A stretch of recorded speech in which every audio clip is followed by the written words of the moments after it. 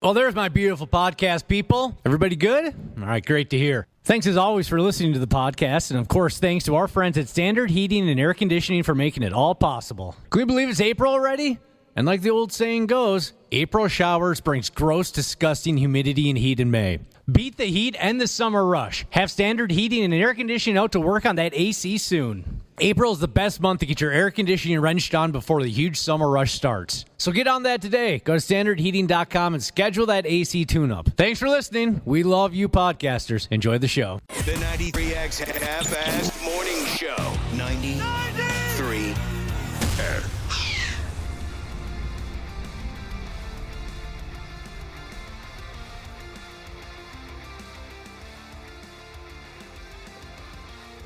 That's unbelievable. Absolutely. Welcome to the 93X Half-Assed Morning Show. Oh, we sure hope everybody had the finest weekend imaginable. It's now time to dial into a brand new work week. And I know everyone on this here radio show just couldn't be more excited about it. Pretty pumped. Waited all weekend for this moment. It's kind of a pissy, rainy, chilly morning. Josh, this kind of weather is always hell on my piercings. Oh, I bet. Yeah. Oh, ouch. They ache in this type of weather. When you hate wearing a shirt, and so they rust. Your nipple piercings rust, I've noticed, and that can cause an infection. It can go in that direction. Dr. P. Jesus will be stopping by later to visit the Half-Assed Morning Show. He'll help any of yous out. If you have a medical concern, a health issue, you can text that sumbitch a little bit later. If you want to, we'll give you a heads up. Did you ever at the right time? Yes. Did you ever consider getting a piercing at any point in your life? No. Never in the 80s getting your left ear pierced or anything? Never took much of an interest in piercings, no. Just a tattoo once, you were very close. That was as close as I ever came to body modification. Was sitting in line at a tattoo shop in St. Cloud, Minnesota in 1992. Sat there with my little KISS logo that I was going to have the tattoo artist put on my right shoulder. I thought about it, Josh. I thought about the left shoulder, and I thought about the right shoulder, I settled on the right and sat there for a good couple hours. And then and tattoo parlor dude kept coming around the corner. He was working on somebody else. He kept coming around the corner and saying, "Hang on, bro, and I'll get to you. I promise." Right? And I said, "Yeah, I'm in no hurry," as I had nowhere to be.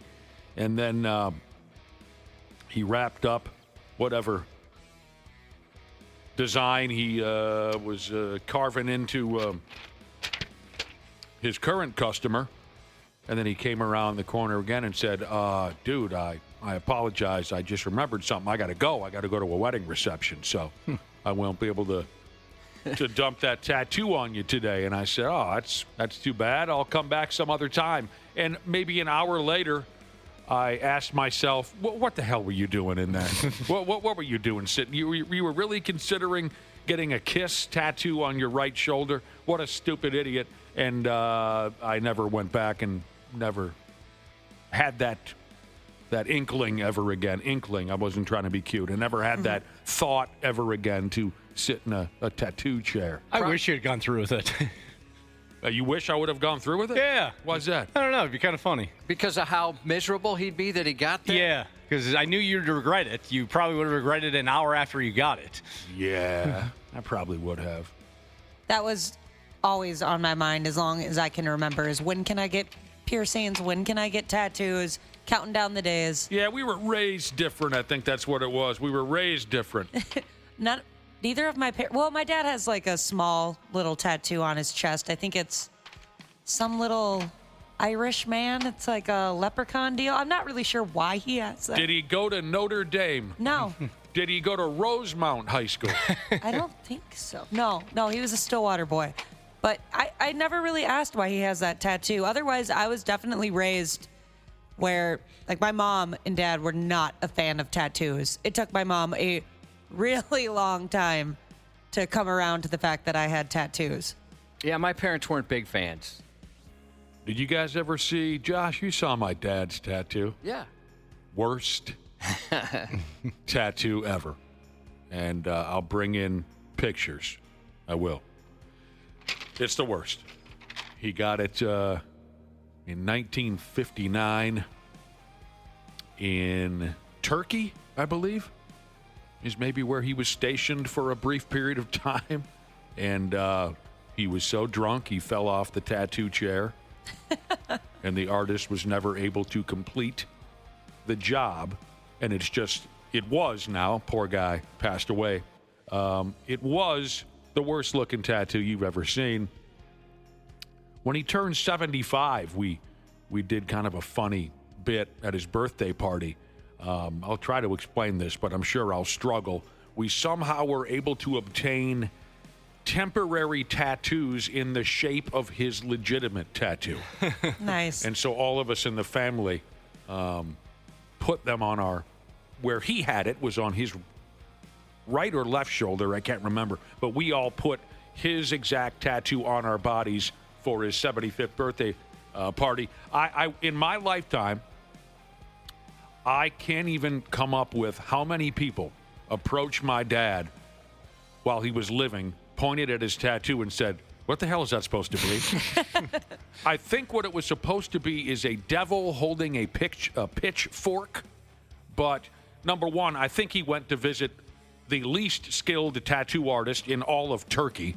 And also, like I said, he was too drunk for the work to be finished on that night. So it was just brutal and hilarious at the same time.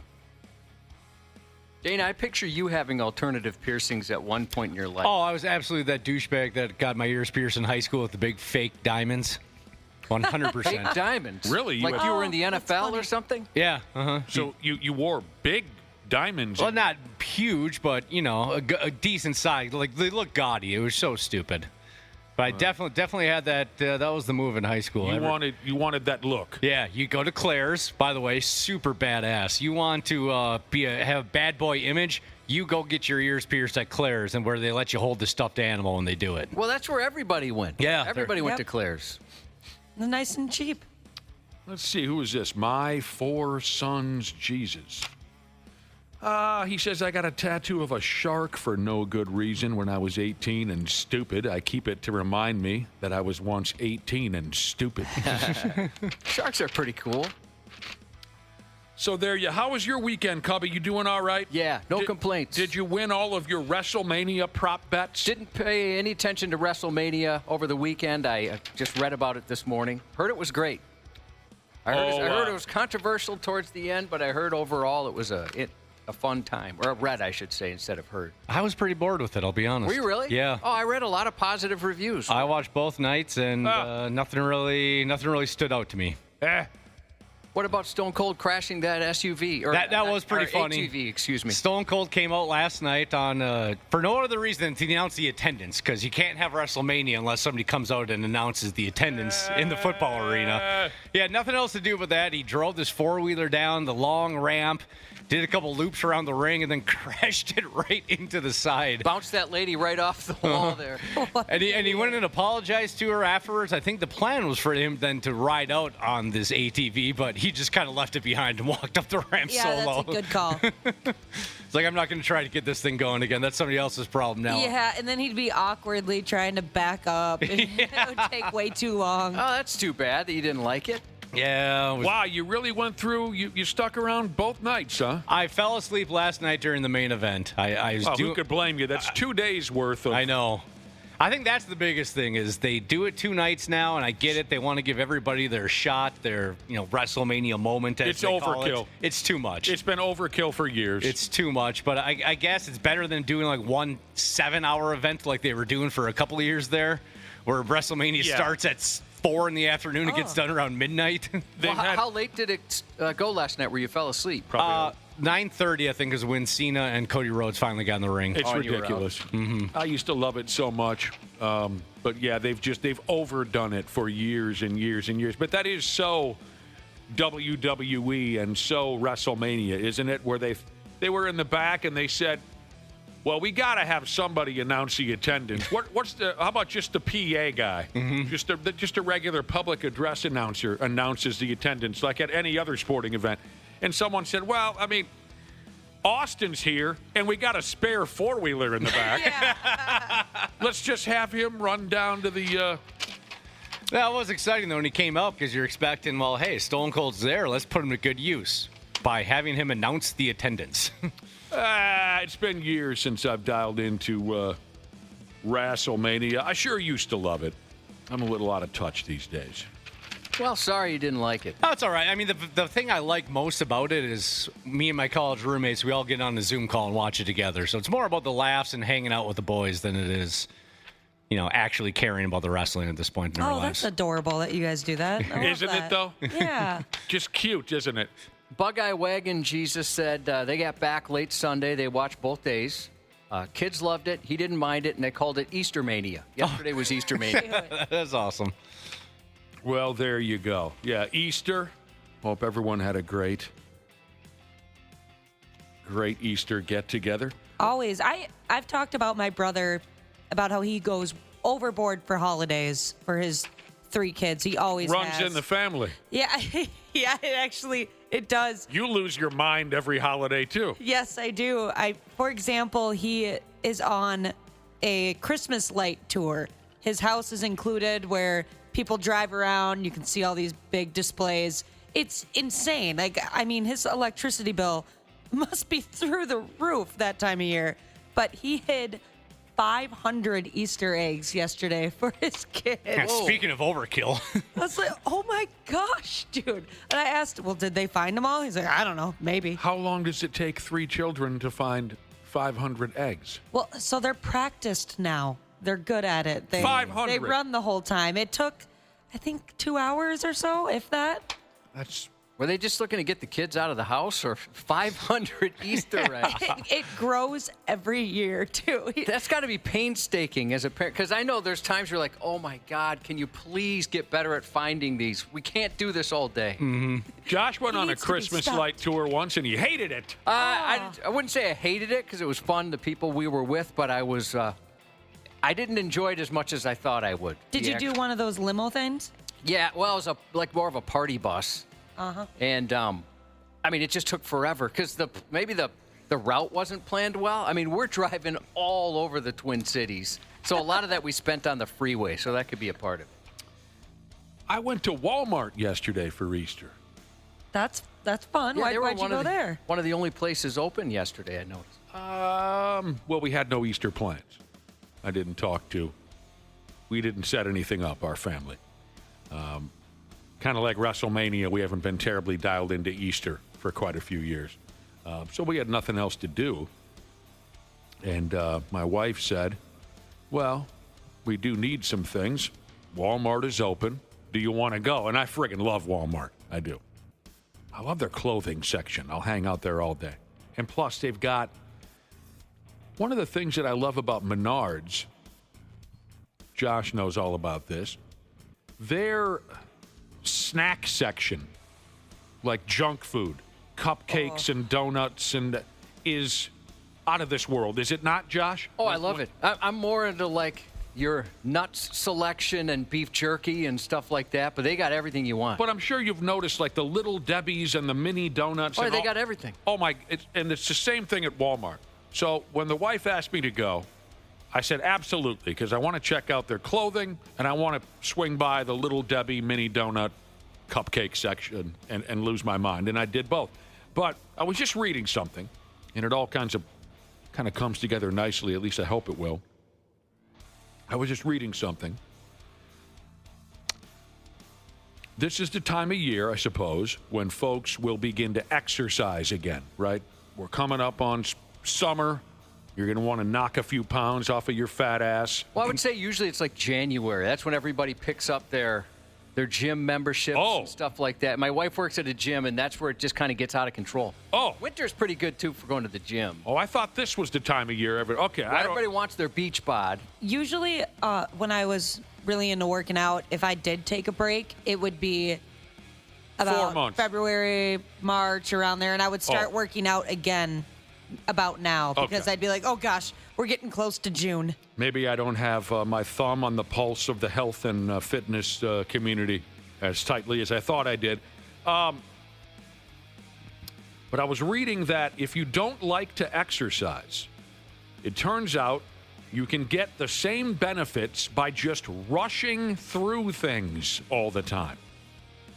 Average daily chores. You don't say. You just do them as fast as possible. Now, you're going to end up probably falling down a flight of stairs or electrocuting yourself or something, but they're basically saying, don't worry about going to the fancy schmancy gym. Don't worry about that goofy treadmill. Just do your daily activities as fast as possible, and you'll get the same health benefits. So where I'm going with this is maybe that's what a dude had in mind yesterday at Walmart. My wife and I ended up nicknaming him Shopping Cart Cocaine Guy.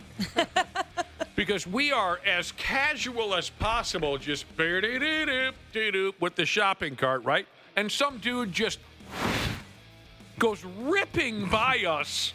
He's pushing this cart as fast as he can and looking furiously at the items and sweeping items. So either this guy's house was on fire or something, or he did a line in his car before he entered Walmart because we had to give him the nickname Shopping Cart Cocaine Guy. But also, maybe he's dialed into this new exercise theory to where you don't need a gym membership. You just do daily activities as quickly as you can. If I had to guess, I'd say he was doing everything he could to he realized, oh my God, it's Easter. I have prepared nothing. I got to get everything ready. Yep. And before I can make an Easter dinner somewhere. Well, I suppose it was 2, 3 in the afternoon. You might be right. Did you happen to notice, or were you able to, in his rushing, if he had a wedding ring on? No. Because that was my first thought, is that, oh, he's got an angry wife. And she sent him to the store and was like, and is mad at him because he forgot something. I hate shopping, so I get in and out as fast as I can. I'm not running with a cart or anything like that. But if you go to like a place like like one of those big warehouse centers. Sure. I was trying to avoid saying Sam's Club or Costco. No, I know what you mean. Yeah. So if you go to one of those, sometimes it's scary. Like, I get nervous at the aisles and intersections because there's people racing through those places, and they mean business. And if you get in the way, you're in big trouble. The parking lot alone is intimidating at those places. Yeah, sometimes it's crazy. It's all worth it, though. Is Metallica in town? Why are there so many people in that parking lot? It's all worth it when you get that hot dog and that soda for $2 at the end, though. You can get that at the gas station, actually. Doesn't hit the same. I stay away from those joints. They're too busy. But I enjoy going to a Walmart or a Target or even just a grocery store. I've told you before that when this nightmare is over, if we're lucky enough, to continue until retirement age in this business, that's where I want to go when it's all said and done. I want to be that 20-hour-a-week old-timer at the grocery store. Maybe the greeter at Walmart, just saying hi to folks as they walk in and out? Whatever. I'd rather stay a little more. I don't like people enough for that. Sure. I'd rather be the old-timer that just stocks the shelves and whatnot, but I like the scene at the grocery store or at the neighborhood Walmart. So this is the thing now. If you're looking to get some exercise and you want to, I guess, keep it simple, you don't want to go to the gym, you don't want to buy the spandex shorts and look like a jag-off on the treadmill. You just do your daily chores quicker than a hiccup. And it all comes down to some kind of a study, of course. Now, people are texting in. This is a good point. I didn't consider this. It could be someone who works like at Instacart or one of those, like a shopper that actually works there. See, these are things that I completely forget. Shipped? Yeah, I have a couple friends that worked for Shipped.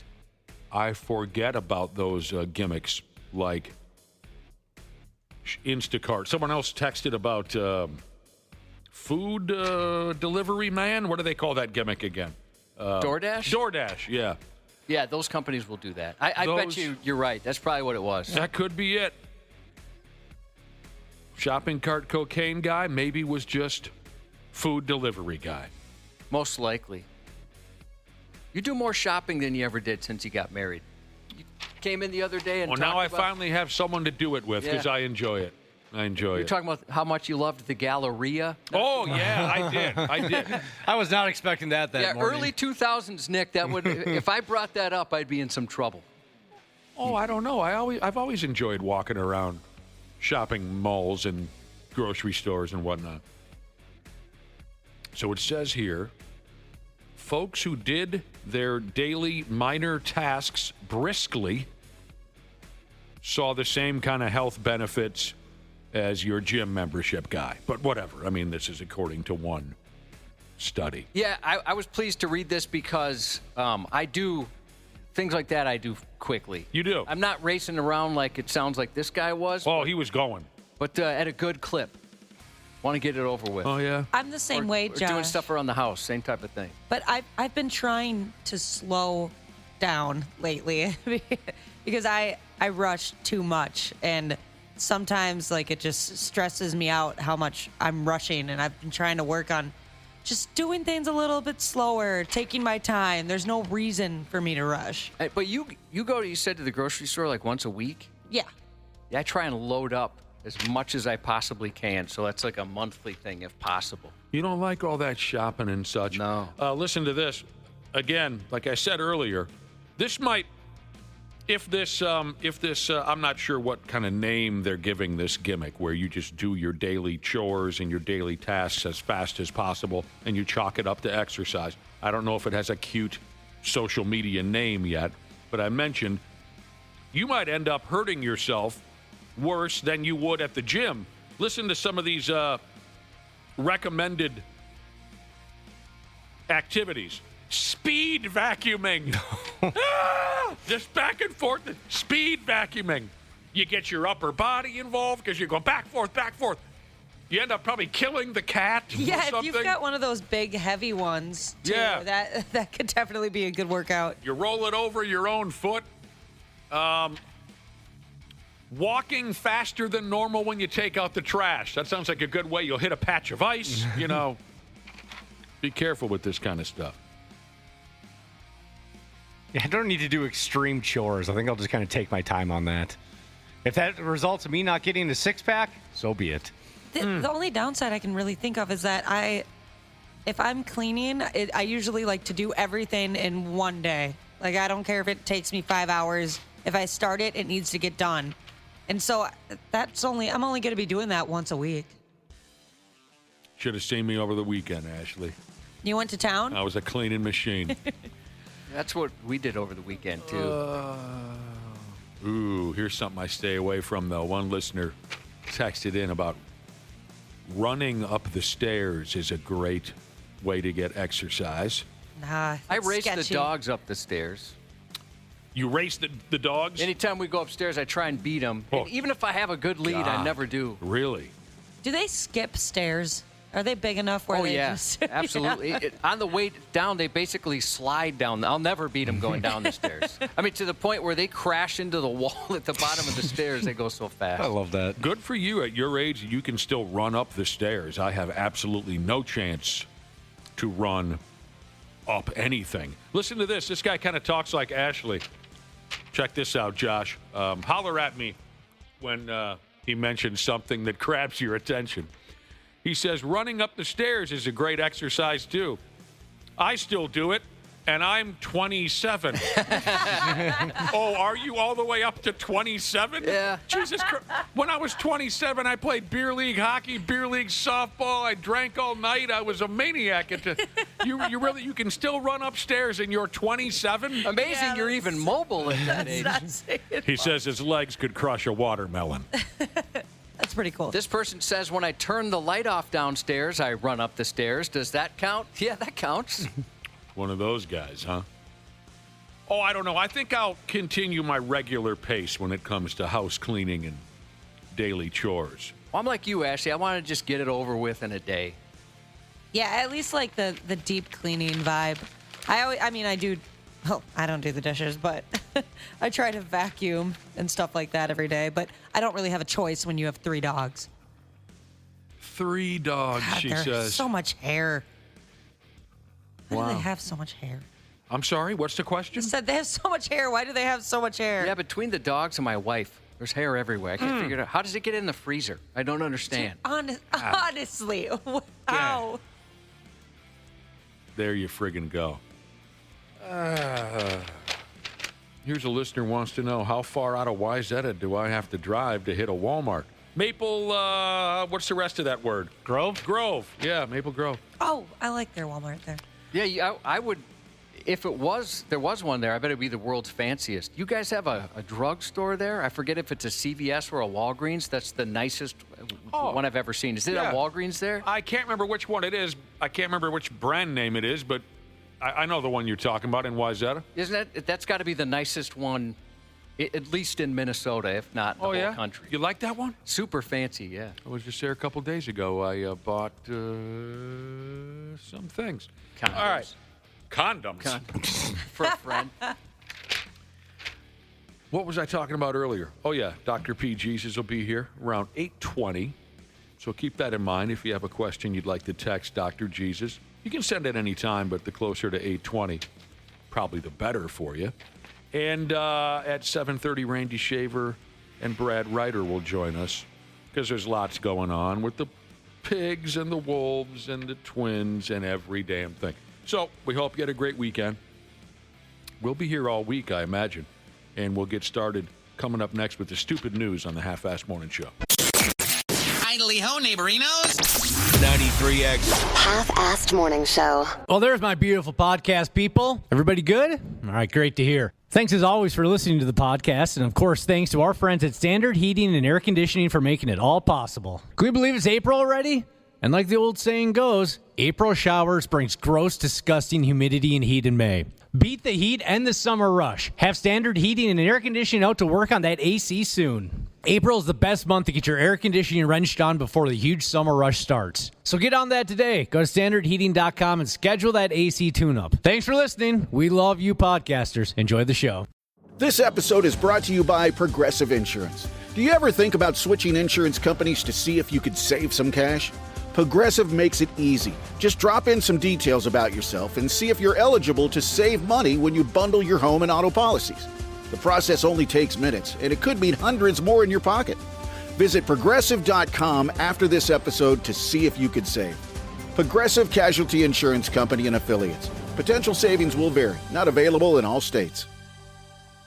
Bombas makes the most comfortable socks, underwear, and T-shirts. Warning, Bombas are so absurdly comfortable you may throw out all your other clothes. Sorry, do we legally have to say that? No, this is just how I talk, and I really love my Bombas. They do feel that good. And they do good, too. One item purchased equals one item donated. To feel good and do good, go to bombas.com/listen and use code LISTEN for 20% off your first purchase. That's BOMBAS.com/listen and use code LISTEN at checkout. Hey, a listener has texted in. You can always get a hold of us at 651-989-9393. A listener has texted in, Josh, to wish us a happy National Random Drug Test Day. Oh, I'll bet. Oh, that's the day already? Is that a real thing? I don't know if that's a joke or if that's a real thing or not. Because it's the day after 420. 421. For Christ's sake. Yeah, I forgot about the 420 gimmick. I was just thinking the day after Easter. I did read it's a pretty gross one today. It's National Egg Fart Day. Oh, no. Gross. That's yucky. Nobody needs that. Stop talking like that. Truthfully. Thankfully, I have my own studio. Yeah, we're more thankful I think, than you should be. All around. It's the day after 420. Now I get it. I do. Speaking of drugs, I'm going to go ahead and assume this dude smokes rock right here as we begin today's Stupid News Report. Oh, who is he? He's a dude down in New Orleans, and he pulled a friggin' werewolf mask over his head before he broke into a store in the middle of the damn night. And the cops are on the lookout for this dickhead. Pulled a werewolf mask over. Security cameras caught the whole works. The cops already know the young feller's name. They know he's a 19-year-old kid by the name of Vigilante Jones. Vigilante. And they know all that because before he pulled the werewolf mask over his noggin, he jumped on over a fence at the back of the store, and then he kicked the door smooth in, and then he pulled the mask on. You see what I'm saying to you? So the cops were like, since it was all caught on video, the cops were like, oh, Christ, I recognize that douchebag. That's Vigilante. Once he was inside the store, he used a crowbar to break into the cash registers, and he took some cash money and all that. Vigilante is 6'5", so it's not going to be easy for him to go unnoticed. And the cops tossed a video of Vigilante in his cute werewolf mask up on that godless social media, and the general public found it to be amusing. I would agree with that. And if I ever, God forbid, I'm ever held at gunpoint, I kind of hope I'm robbed by a werewolf. You'd prefer that character over any other? Yeah, I was on Team Jacob when it came to Twilight. And Ashley and I, we disagree about that. But yeah, I was on Team Jacob. I like the lichens. It's right in the name. Cops are asking for help from locals down there in New Orleans to help them locate Vigilante, the Wolfman burglar. One social media dork did say this about the cops asking for help. One social media dork said, you got to be crazy to snitch on a werewolf. That'll get you killed. It's rule number one when it comes to werewolves. Anonymous tips. If you have an anonymous tip, you can go ahead and call Crime Stoppers. I haven't heard that in a long time. Anyone here ever had a reason to call Crime Stoppers? No. Probably, but if I did, I didn't use it. God, that would be exciting. Yeah, it would. I'd forgotten all about Crime Stoppers. I haven't heard that said out loud in 30 years. What did you say, Josh? I'm sure I've had a reason. I just never really did. If you watch some of those cop or detective shows, they'll bring up Crime Stoppers. Oh, they do? I guess I don't really ever dial those in on my television. Now, if you're going to go ahead and play the role of Vigilante Jones in your neighborhood, Vigilante, how do I say that? Vigilante? Vigilante. Oh, I got it all wrong. That's how I say it, at least. If you're going to play the role of Vigilante Jones in your neighborhood, you might want to make sure you're acting within the laws of the land. Because here's a guy who had quite the hard-on in his pants to play the hero role, but dude ended up screwing himself with his own hero boner. Here's the deal in New Jersey. A 34-year-old guy by the name of Jason Fernandez was at a comic book store at 11 o'clock in the morning last Saturday with his two young kids. There he goes, Jason Fernandez, into the comic book store Saturday morning with his two kids. There was another customer in the shop who was, quote, acting disorderly. Now, there aren't any details on what exactly was happening, but the disorderly character was asked to leave the comic book store, and he wasn't happy about that. And he threatened to beat the employees up.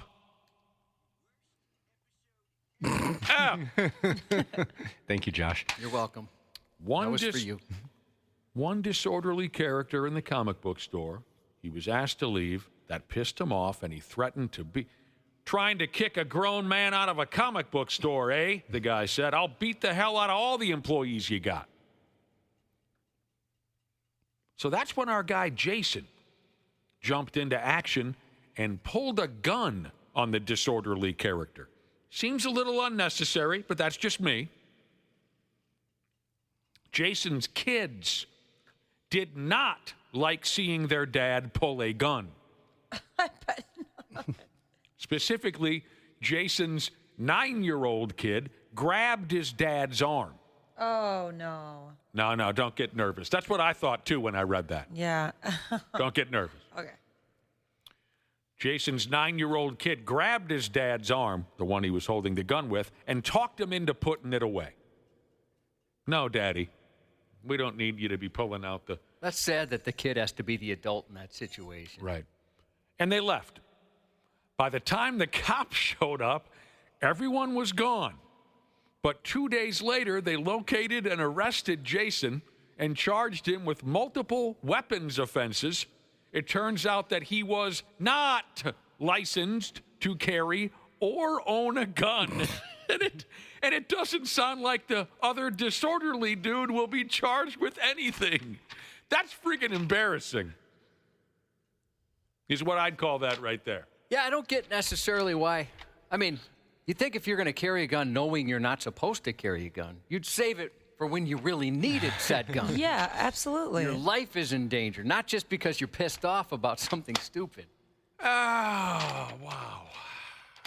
I mean, again, we don't know all the details on what this disorderly character was exactly up to, but he was asked to leave. He got mad. He threatened to beat some people up. I don't know. It would take more than that for me to draw my weapon. That's all I'm saying. Well, yeah, I mean, if that guy's not being charged with anything, it must not have been that bad. Let me be more specific. It would take way more than that for me to draw my weapon, especially when I am not licensed to carry or own that weapon. Yeah, that's a last resort. Last resort. Whew, man. People are different these days. They're just different. Although, you know, I bet if you are carrying a gun, kind of want to show it off, don't you think? A little bit. You got a cool gun on you. I'd probably want people to see it. Dana's asleep. No, I'm not. Your eyes were closed that whole time. I was closing my eyes, but I wasn't asleep. Please, Dana. Can you keep your eyes Don't open? fall asleep. That's the first way to fall asleep. Here's a listener who texted in. Is this for real? I was just voted into Crime Stoppers. I'll read it the way he texted it. I was just voted in the board of Crime Stoppers in my city, and tonight is my first meeting. That's super cool. Let us know how it goes. Yeah, I know there's elections involved. Really? To be on the Crime Stoppers team? Yeah. Interesting. Yeah. Like I said, I haven't heard it said out loud in 30 years. Yeah, I didn't know that you were voted in and stuff like that. I thought it was just a phone number. Yeah, I thought it was like a volunteer type thing. I thought it was just a phone center where you call in and then maybe they'd contact the cops from there. So a bunch of people sit in a board together and... Yeah, wow. That's pretty cool, dude. I'm a part of a Facebook group called Crime Watchers. That's pretty cool. Look out for the Crime Watchers. I bet the comment section is just lights out in that, Ashley. It's pretty fun. I just saw some... have you heard of the Citizens app? Yes. Just yesterday. Somebody was showing me that, where it was kind of lit up, what was going on around there. And that's just people reporting it, correct? Mm-hmm. Meaning, like, you see some police activity in your neighborhood and you go online and do it? Yep. Yeah, it's pretty fun when somebody posts in the Crime Watchers Facebook group about something that's not a crime, really. Oh, and really? then people in the comments are like, dude, stop being a Karen. Let it go. That's not a big deal. Like, hey, somebody walked across my yard, that kind of thing? Yes. So you're keeping an eye on things. I should sleep better knowing that you're keeping an eye on things? Oh, yeah, I've got it covered, Nick. And Ashley, pardon me, Josh, what is this Citizens group? It's called the app. It's the Citizens app. Citizens app. Yeah. It was new to me. And you just get a heads up on what derelicts are living in your town and things like that? Yeah, so if you saw, there's a couple of cop cars in front of my neighbor's house, you'd post something on there. Oh, man, all of you are keeping an eye on things. That's cool. Those This are is fun. Magic Filmmaker Jesus says about Crime Stoppers. We had a listener text in and say he just got voted in to be on the board in his town for the Crime Stoppers team. I wasn't aware of any of this. Magic Filmmaker Jesus says, Crime Stoppers, I thought you had to get jumped in.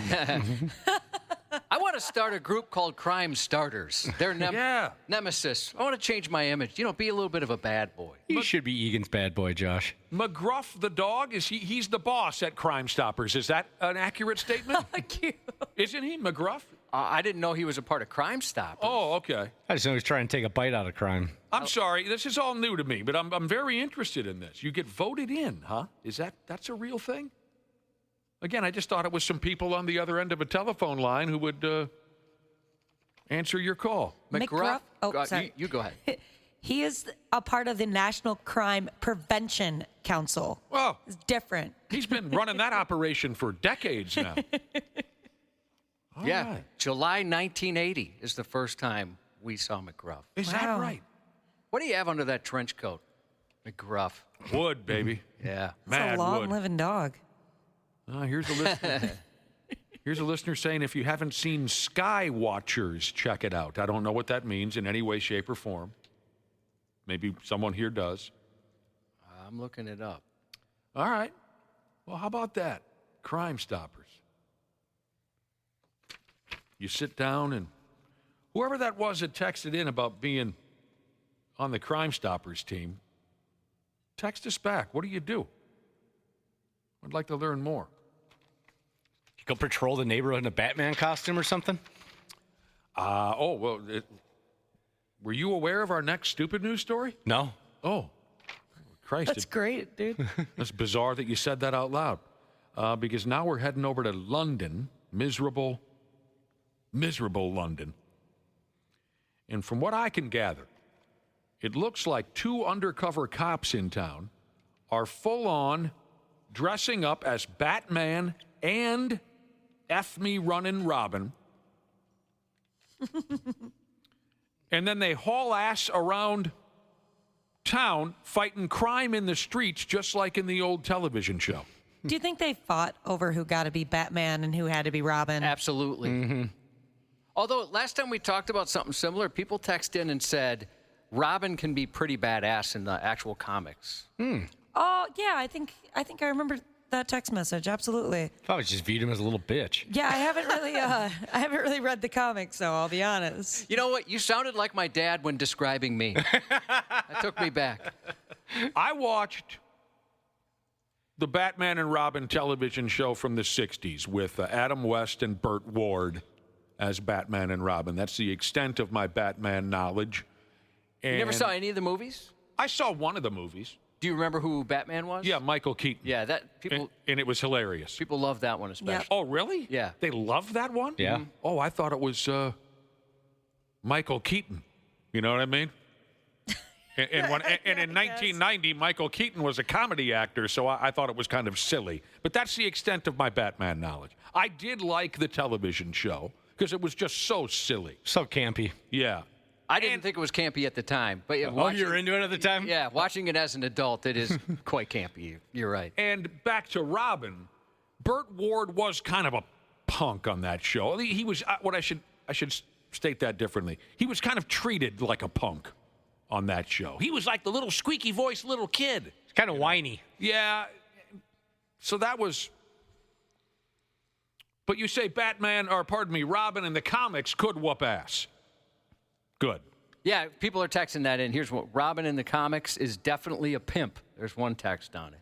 Why'd they do him dirty like that then?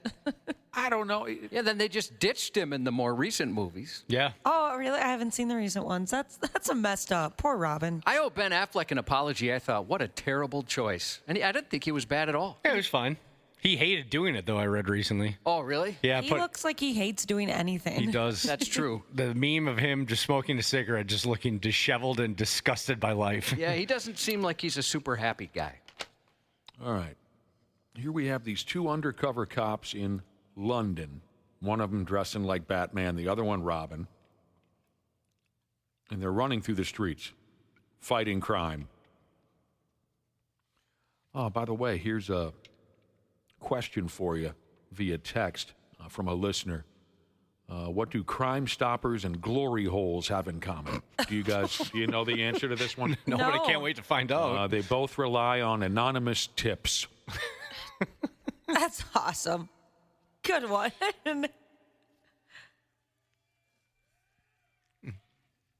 Crowd liked it. There's video footage going around of these 2 cops, and how they describe it here is they are swooping into action. And specifically, what undercover Batman and Robin are doing there on the streets of London, they're going after scammers who mess with tourists. Underneath the Batman suit is a cop by the name of Darren Watson. Robin is played by another cop called Abdi Osman. And like I said, there's video of Batman specifically racing through a crowd, and he ups and tackles some local cat who was running the old shell game on the sidewalk. That would be so cool to see in person. I played hours of the shell game on the streets of New Orleans many years ago. I was suckered into the shell game, and I had a great time. But I guess they don't like it in London. I like it when they do that at the Wild game or something. That's pretty fun watching that. The hockey puck is under a helmet, and you got it. Oh, yeah. It gets ridiculous, though, how fast that goes. It's not very fair. So it doesn't sound like Batman and Robin are going after the toughest criminals in town, but I guess that's not their mission. They're going after sidewalk scammers who are effing with tourists. Now, Batman has a quote in here, and it explains why he and the other cop are diving in and out of the shadows, dressed like a couple of second graders on Halloween. Batman said, the two offenders, and he's referring to the shell game guys that they arrested, they've come to recognize me and my partner from our regular patrols. So I knew we were going to have to think outside the box if we wanted to catch them. And then I remembered I had a Batman and Robin costume at my house. That's how it started. It's not clear how long these two cops want to keep going with this gimmick. But the videos are out there if you'd like to watch them. Are they up on our website, the Batman? And Yes, they are. There you go. They're not the first policeman officers to use costumes to help fight crime. We've talked about these fools in the past. Where is this, Josh? They call them Peruvian. So what does that mean? Peru? They're from Peru? Last Christmas. Who else is from Peru, Dana? Paddington Bear. Yeah, he is. Last Christmas, a Peruvian cop dressed as the Grinch dove headlong into a house full of drug dealers and busted all of them. I love when they do this kind of thing. It's fun. Just like when the cops here will post like a leprechaun around St. Patrick's Day getting pulled over for a D-dub. I don't know why it gets me every time. It's a good time.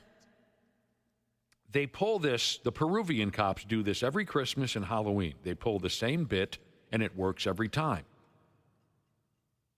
Because the dope dealers assume they're just drunk folks celebrating the holidays. And next thing you know, they're being beaten unmerciful by a cop dressed as Yukon Cornelius or something.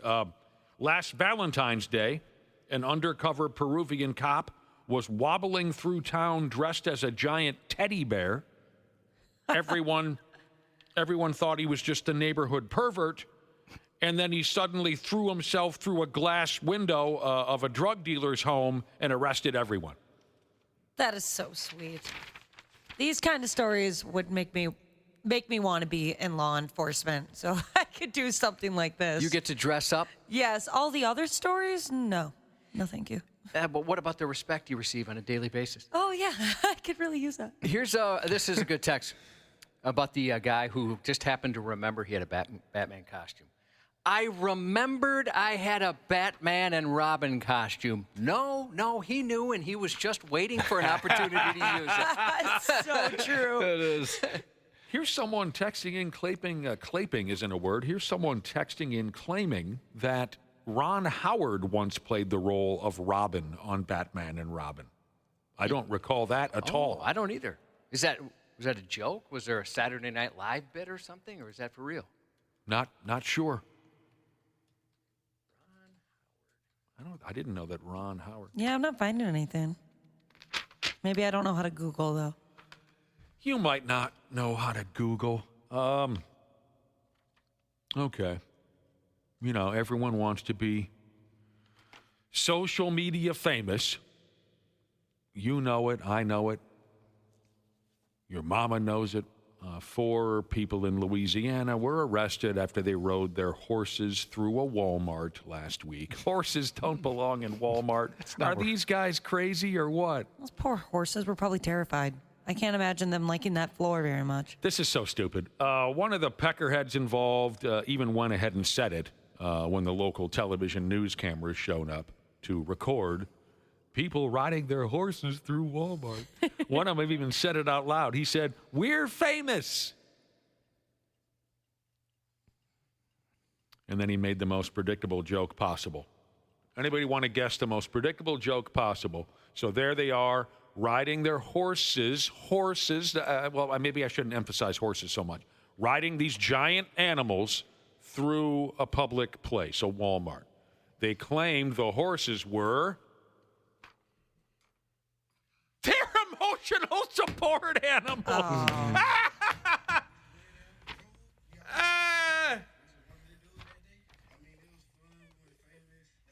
Shut up. Shut up. Oh, man. That's gross. That was hard to listen to. There are emotional support animals. That guy's quick. The police are tired of this crap. They didn't think it was funny at all. So all of the morons, including one kid, are looking at charges for this and that. But, I mean, did you hear what they did? Is that wild or what? It's so crazy, dude. They rode their horses? You don't expect to see horses at Walmart. No, you do not. I wish I was there just so that I could have not given them any attention at all. Just act like, That's a good bit. yeah, nothing's happening. I love that bit. Just kind of sigh like, ah. No, don't even do that.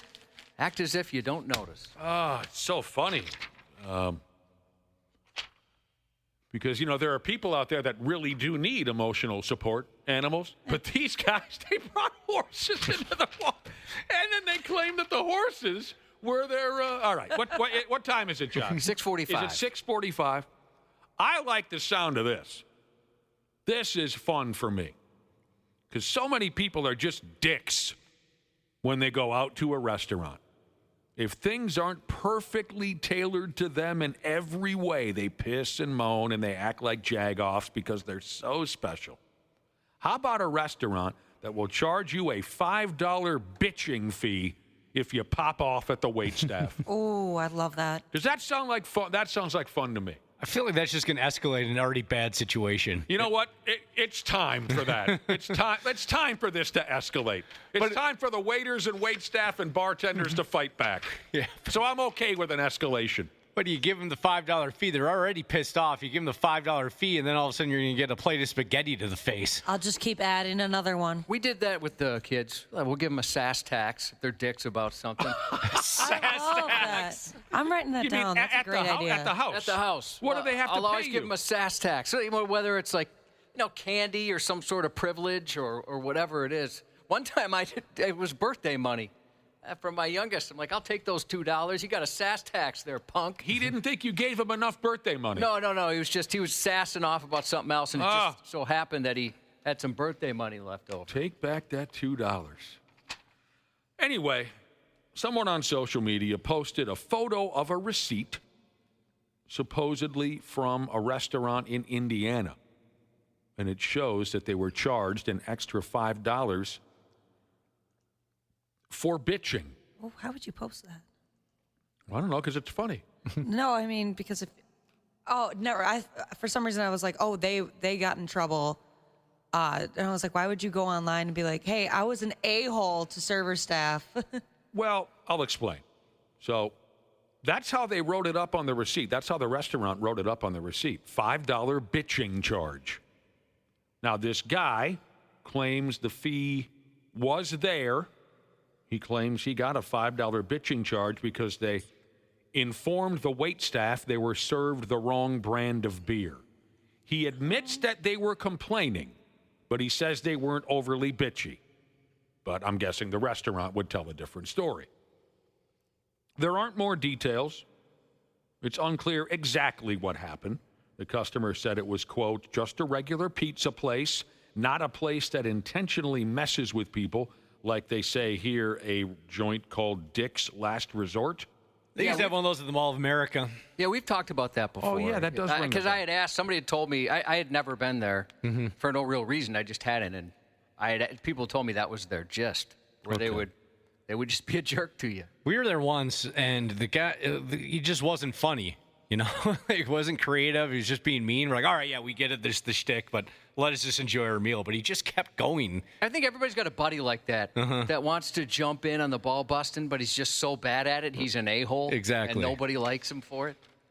Well, where was I going with this? I had something and I lost it, which has been happening to me a lot more lately, and I think I'm losing my mind. Lack of sleep. Right, Dick's Last Resort. I do remember our conversation about that place. Okay, so the guy claims it's not a gimmicky place like Dick's Last Resort, just a regular pizzeria. He insists he's telling the truth. And people online are not cool with this gimmick. I love it. Yeah, I really like it. Because a lot of the people that treat server staff, bartenders like crap, if they were met with the same kind of attitude right back at them, they would shut up. They'd be like, oh, wait, I don't have the power to treat you like crap, and then you have to be nice to me because you're relying on a tip? Mm-hmm. I've told you guys before, there's a particular restaurant by us where the person working there is one of the meanest people I've ever met. Always in a bad mood, always super rude, and I do my best to please her. I try so hard, and we got her to smile once, and then a lady came behind us, and she was absolutely awful to this woman, and now, I know why she's probably in a bad mood, but the one victory we had was very short-lived because of this lady behind us. That sucks. She was awful, absolutely awful to the person working there about something so stupid. There was pickles on the sandwich that her kid didn't want, right? So instead of like or just taking the pickles off, she wanted a whole new sandwich. Ridiculous. It's always a problem. Not friendly about it. You want perfection, stay home. Yep. If you get served something that's incorrect, be polite about it. If you can't be polite, then you get a $5 charge on your tab. Suck it up. Someone texted in and said, well, what if the waitstaff are dicks? Well, then I guess you don't tip them. Yeah. I always tip no matter what, but if you think the waitstaff's being a dick, then don't tip them. But if you're a dick, they'll give you a $5 bitching charge. Yeah, what like could I go said, wrong? I always try and make a point out of hoping to change things around for that person. Absolutely. I'm the same way. I'm really proud of my mom. It wasn't too long ago. She was at a grocery store getting some hot food to go, and there was somebody behind her that was just making a stink about having to wait a couple minutes, and they were treating the person at the counter like crap, and she stepped in and just demolished this dude. It was like, maybe you shouldn't come here anymore. Nobody wants you here anyway, dude. And he ended up paying for his food because he was just going to leave it there and just say, screw it. But he ended up paying for it. And she said he was so awkward because he didn't expect anybody to speak up on behalf of the employees. And I was she was was that too much? I was like, no, Mom, keep doing that. I think sometimes people may not realize what they're giving off, right? Maybe obviously, if you're being a dick, most reasonable people would, but I think some people are just so tuned out to it, they might not even know until someone says something. Yeah. That's good that your mom said something. She's a firecracker. She's a wildcat. I wouldn't Ashley, mess with your mom. We got to take a break. We'll check the sports when we come back on the Programski. Sports on the 93X Half-Assed Morning Show. Puck to the far boards. Kaprizov sends it in deep. Howden back to get it. Puck loose on the boards. Howden has it. Empty net break. Scores! That'll count. It was close. Either way, the Golden Knights get the job done. Yeah, you know how you can tell that a player really has zero respect for the game? When they score an empty net goal with less than 1 second remaining on the clock. Could have just sat on that one. Unbelievable. Well, I was able to watch one period of hockey last night. How far did you guys get? None. Thanks a lot, NHL, ESPN, whoever's to blame. Well, the next game's probably on at a reasonable time, right? Oh, yeah. It's a weeknight game or a Tuesday night game. It's tomorrow night. You're right. It's more reasonable. It's an hour later. It's 10:15.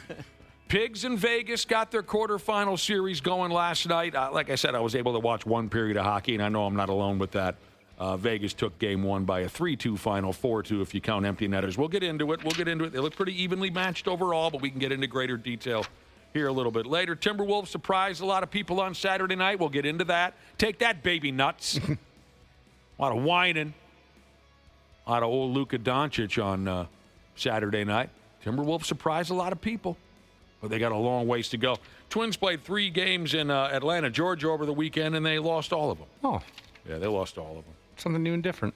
They got a day off today. Randy Shaver and Brad Ryder will be swinging by here in about a half hour. Stick around. Josh's news report is coming up next. 93X Half-Assed Morning Show. Nice. 93X. Nice. Well, there's my beautiful podcast, people. Everybody good? All right, great to hear. Thanks as always for listening to the podcast. And of course, thanks to our friends at Standard Heating and Air Conditioning for making it all possible. Can we believe it's April already? And like the old saying goes, April showers brings gross, disgusting humidity and heat in May. Beat the heat and the summer rush. Have Standard Heating and Air Conditioning out to work on that AC soon. April is the best month to get your air conditioning wrenched on before the huge summer rush starts. So get on that today. Go to standardheating.com and schedule that AC tune-up. Thanks for listening. We love you podcasters. Enjoy the show. This episode brought to you by Progressive Insurance.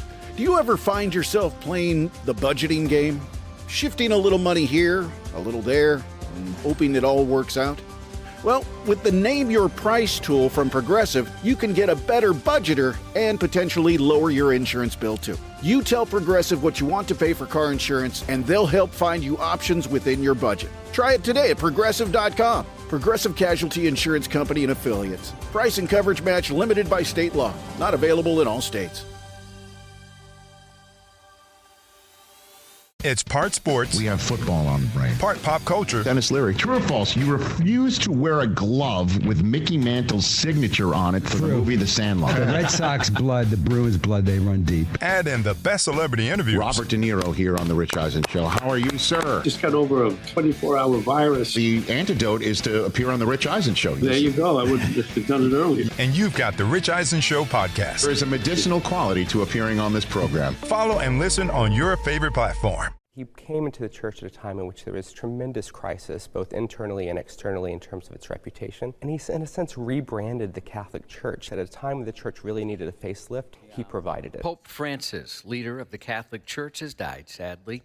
The Vatican announced he passed away shortly after 7:30 a.m. local time, a day after making a surprise public appearance outside the Vatican on Easter Sunday. In recent years, Francis faced numerous health challenges, including 2 abdominal surgeries, multiple respiratory infections. He spent 5 weeks hospitalized earlier this year for bronchitis, which progressed to pneumonia, marking the 12th anniversary of his papacy from his hospital bed. His death triggers the Catholic Church's centuries-old process to elect a new pope, guided by detailed Vatican laws and rituals that come into play in the coming weeks that will ensure the transfer of power to the new pope when the old one passes. They got like a group of junior varsity popes that are waiting around for their shot? Yeah, they got some red shirters that have been sitting there waiting. Red smockers. He was 88 years old. I'll be. Yeah, you know, he'd been in failing health. And then yesterday, I read a few articles yesterday saying, wow, that's incredible. He's out there on Easter and sadly passes this morning. Upon the eventide of Thursday last, as the sun began its descent and the clock marked the 6th hour past midday, a most woeful and terrible fire did arise upon the grounds of the Minnesota Renaissance Festival, laying waste to several structures wherein merchants and food sellers once plied their trade. Crews from 10 fire departments rushed to the scene after the blaze broke out around 6 p.m., but by the time they were able to arrive, the flames had already spread through the cluster of connected buildings. Won't deny we had some challenges. This is a little city of its own with not many of the advantages we have with named streets and everything. Firefighters faced a rough path in, dark, narrow gravel roads soaked by recent rain, winding through the terrain not built for emergency vehicles. And to make matters worse, there wasn't a nearby water source. Crews had to haul water from hydrants almost 8 minutes away. One fireman was briefly struck down by a rogue hose, but did rise again to rejoin the fray.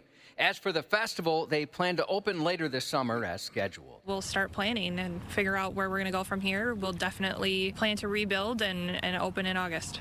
Wow. Go ahead. Got to turn my mic on. This made me really sad to see. Yeah, it was a pretty big fire. I absolutely love the Renaissance Festival. I try to go a couple times a year. This year I won't be able to. Really bums me out, but I hope they can get that all fixed. What, they didn't think to put a fire hydrant over there? I guess not. Yeah, thinking about it, I guess I've never seen one. They're really keeping it authentic. There were no fire hydrants back in the Renaissance. Like that South Park episode where those characters, they refuse to break character at the old-timey village, you know? Yeah. I've never seen a gun like that before, as they're just getting robbed. While the cause of the fire remaineth cloaked in mystery, officials claim on social media that lightning may have sparked it. I'm sorry, not officials. Officials said that claims on social media of lightning haven't been confirmed, but other people are saying this is what happened. However, at the same time in St. Paul, a church steeple caught fire about 5:30 p.m. that same night, and in that case, investigators do think lightning may have caused it. Well, what the living hell is going on around here? A 37-year-old Staten Island man caused a 3-alarm blaze which ripped through his neighborhood when he set fire to a pair of sex toys, including a rubber vagina, outside his home. Well, was he mad at those sex toys? Well, I think it was mad as in goofy. Harry Torres sparked the flames of passion about 1 p.m. Wednesday in West Brighton, scorching his home, 2 neighboring houses, and 2 cars. Upon arrival, fire department units discovered heavy fire in the rear of 131 North Burger, with extension into 2 buildings. I started the fire, Torres told cops. I was in the backyard at my house and I lit 2 sex toys on fire, he said. The erotic inferno was under control by 4 p.m. Wednesday and required a lot of firefighter power to put it out. We had at one point 6 hand lines operating and 1 tower ladder in operation. This was a heavy, deep-seated fire that necessitated the use of 3 alarms. While one of the ignited items was confirmed to be a rubber vagina, the identity of the second scorched smut plug remains a mystery. It's not clear why he lit the intimate aids ablaze, but his bungled boudoir barbecue got him hit with a steamy slew of charges. Yeah, he's just nuts, you think, huh? Yeah, some poor lady in her 80s lost her home over this. Oh, man. I wonder what a used burning fleshlight smells like. Oh, probably not ideal. I've smelled burning rubber before. It's not pleasant. I'd imagine it's probably that. All right, fair enough. And that probably got some use, too, over the years, making the smell even worse. Yeah, I'd imagine you're probably right. He was tired of it. What was supposed to be a steamy night of sequins, stilettos, and singles at a Pennsylvania gentleman's club ended in a whole different kind of exposure, a topless tussle between dancers from rival clubs. According to Pennsylvania State Police, troopers were summoned to Devil's Den in Reed Township after a report of an assault on stage. What they uncovered was a bear-skin bout between dancers of 2 competing clubs. Investigators said the dancer performing at Devil's Den was confronted by 30-year-old Ramika Green, a former co-worker, but current dancer at Castaways Gentlemen's Club. She accused the Devil's Den performers of disrespecting dancers from Castaways. Disrespecting, sure, that old song and dance. Then things got violent when the argument escalated from bruised pride to bruised nipples. Court documents allege Green punched the dancer in the face, yanked her off the stage by her hair, and then slammed her to the ground so fast there wasn't even time to clear the areola before the fight broke out. After the surprise attack, Green took off, not her clothes, but on foot. She was later arrested on charges of simple assault and harassment. I didn't realize there was that rivalry there between different clubs until a good 10 years ago when I had a conversation with a dancer at a club about how she had gotten her ass kicked pretty much for that reason, just not liking girls from the rival club and thinking that, because sometimes gals will hop from club to club. You know what I'm saying? They'll go from one joint over to the other. Yep. And if they're, quote unquote, taking money from some of the dancers that have been there for a while, there's a lot of hurt feelings. But this gal, I sat down by her one night and I could tell the makeup that she was wearing was concealing bruises and cuts. I asked her what happened, and she said, they tuned me up good at the other club because they said I was taking their money. That's crazy. And I thought, by damn, can I have a dance, is what I said next. At a discount, of course. Of course. You look terrible. Yeah. A freaked-out flyer who couldn't wait for his free pretzels bit a crew member during a violent outburst and had to be carried off the plane in a dramatic scene caught on video. The altercation happened Thursday aboard a flight preparing to depart Jamaica for Taiwan. Shortly after boarding, the man clashed with a flight attendant, refused to take his seat, upsetting other passengers. When crew members tried to calm the angry passenger, he turned violent and bit one of them. The pilot called police, who boarded the plane and hauled him off.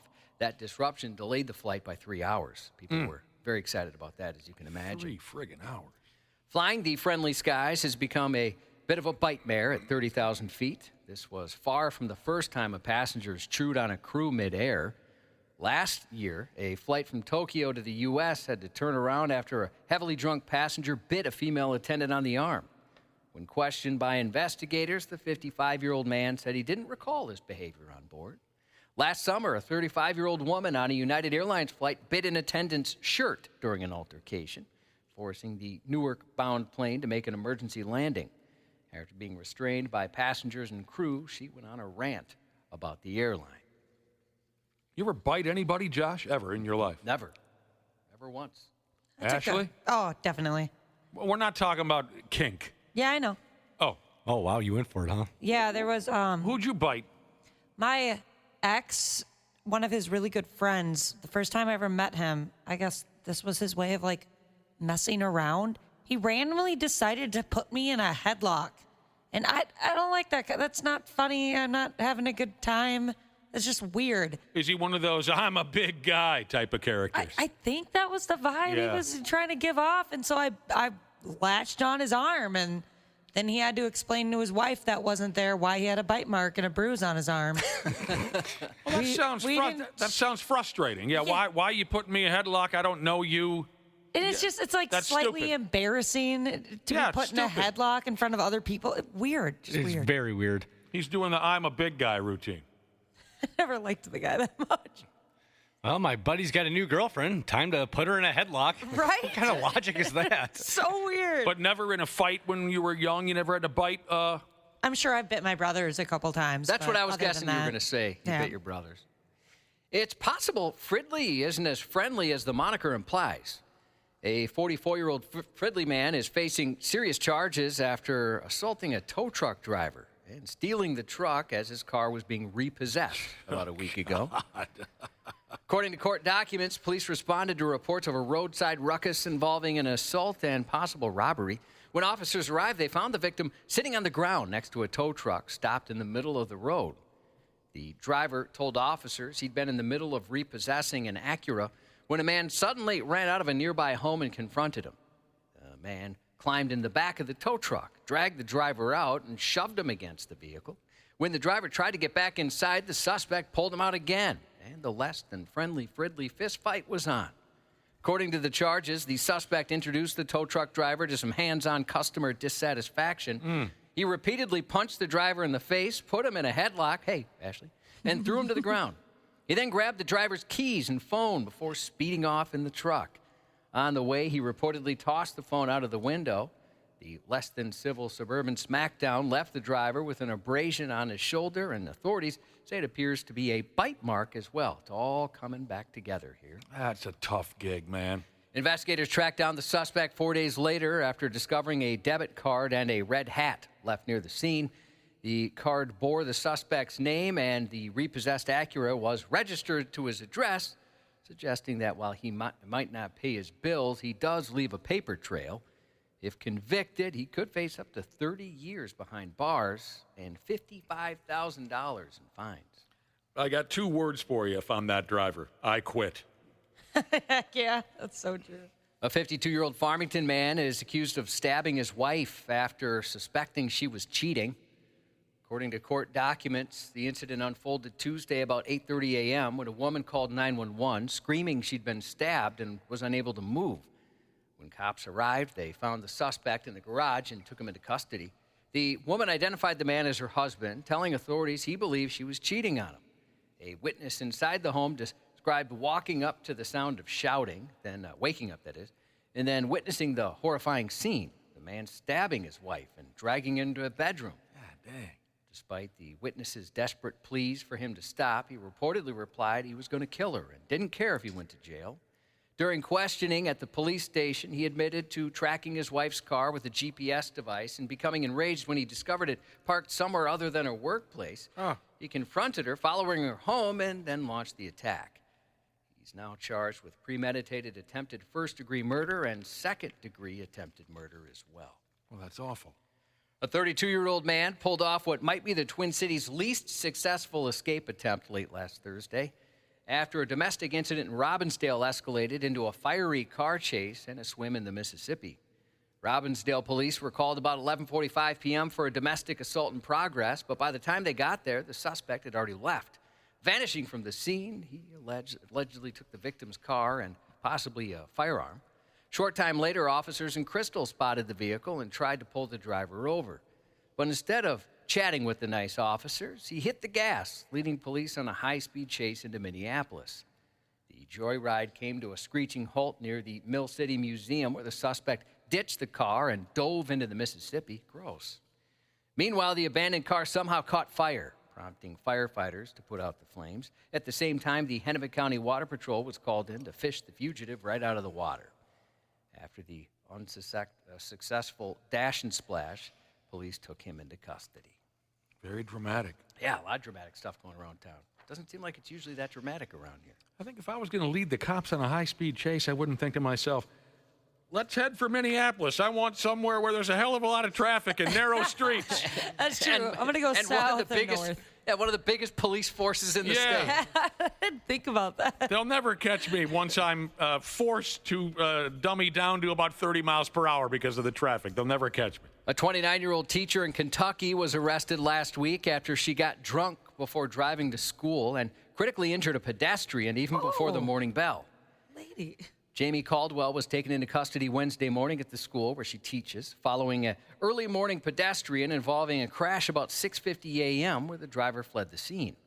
Investigators used the department's Real-Time Intelligence Center, a system which taps into both public traffic cameras and, with permission, private surveillance to track down the suspect.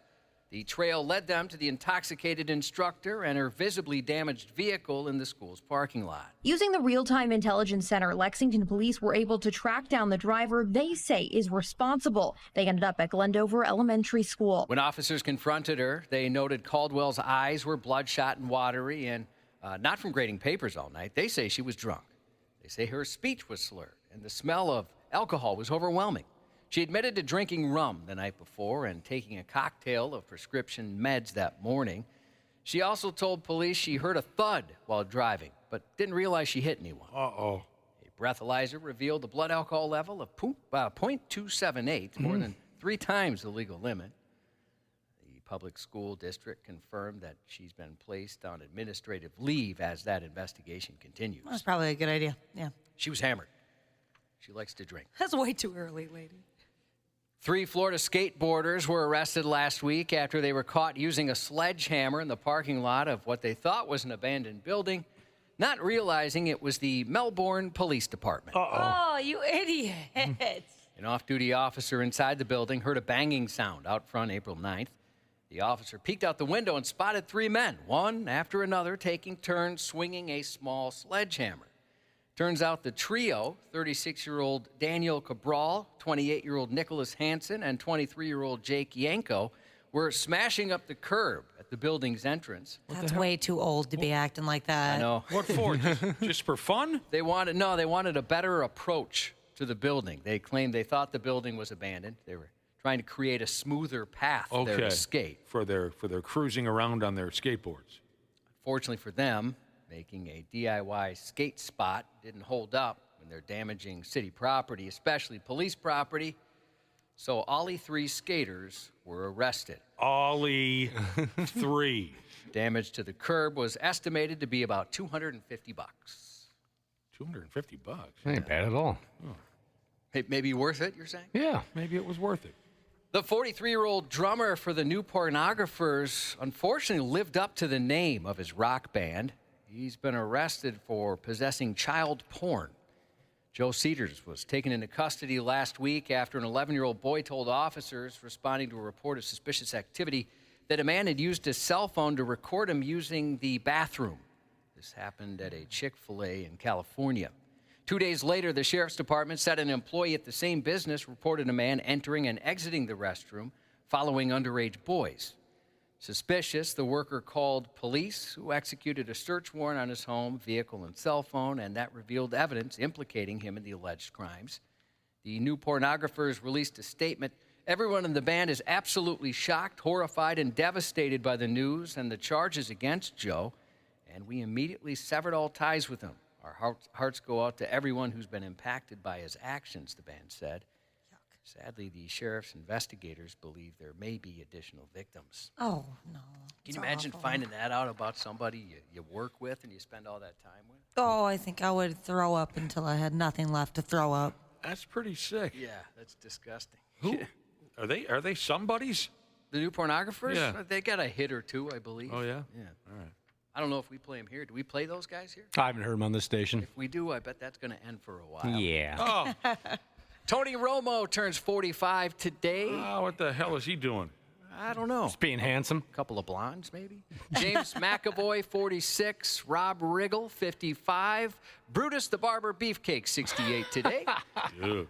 Tony Danza, 74. Oh, no, there's one of your heroes right I there. love Tony Danza. Yeah, who doesn't? Iggy Pop, who's never owned one shirt, 78 today. Happy birthday to Batman Jesus from Killer Jesus, and that's 93X News. Coming up next, we'll talk sports with Randy Shaver and Brad Ryder. Randy Shaver. He's very hairy and has a great disposition. Like I said, he loves to hug and he loves to give kisses. On the Half-Assed Morning Show. Kick to Reed, and another three ball by the reigning six-man of the year. Back out to Reed for three, and Naz Reed laces the deep one. Back out to Reed for three for the lead. Got it. Reed out to the three-point line. Splash down. Naz Reed connects again. Over to Reed, catch and shoot three on the way, and he laces another one. I'm not sure physically we were ready. Like, we just didn't respond immediately to that. And then that stretch from the start of the second through 4 or 5 minutes to go in the third, we lost that stretch by 34. So that's a blowout. No message, man. They still got the Lakers. The Lakers supposed to win. That's just how it's supposed to go. Not supposed to be here, so we just gonna compete to the best of our ability. Well, hello, Randy Shaver. Good morning. How you doing, son? I'm doing good. It's always nice to have you on the line, but by God, your arch enemy, Brad Ryder, just strolled his gorgeous carcass on into our radio studios. Wow. Yeah. Good to see you, Brad. Yeah, good morning. What's with the special, how do you say it, appearance, Brad Ryder? Don't have class today. No class. And I am meeting a friend for breakfast up in Roseville at about 8:30, so I'm like, why not come a little early? There he is, Brad Ryder. Swing in. You look so tan. Yeah, I was going to ask, did you go somewhere recently? I didn't. You know, I always forget how tall Brad is, too, every time I see him in person. But also, your hair looks a lot more gray than the last time we saw you. Stop. I'm serious. You look like you've gotten a little more gray, but you also look beautifully tanned. No, I haven't gone anywhere warm. I've been outside a lot. Yeah? You can tell. You know, That'll do it. Softball, but All right. Well, there you go. Brad Ryder walked in. I'm surprised. I'm a little hurt that you didn't say that I looked a little lighter than the last time. I noticed that. We don't want to lie.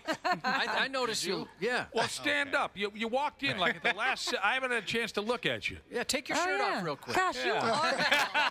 There he goes. I mean, you look as slender as ever. Hey, you're looking lean, Brad. Have you lost weight? About a month ago, and this is a testament to anybody who wants to lose weight quick.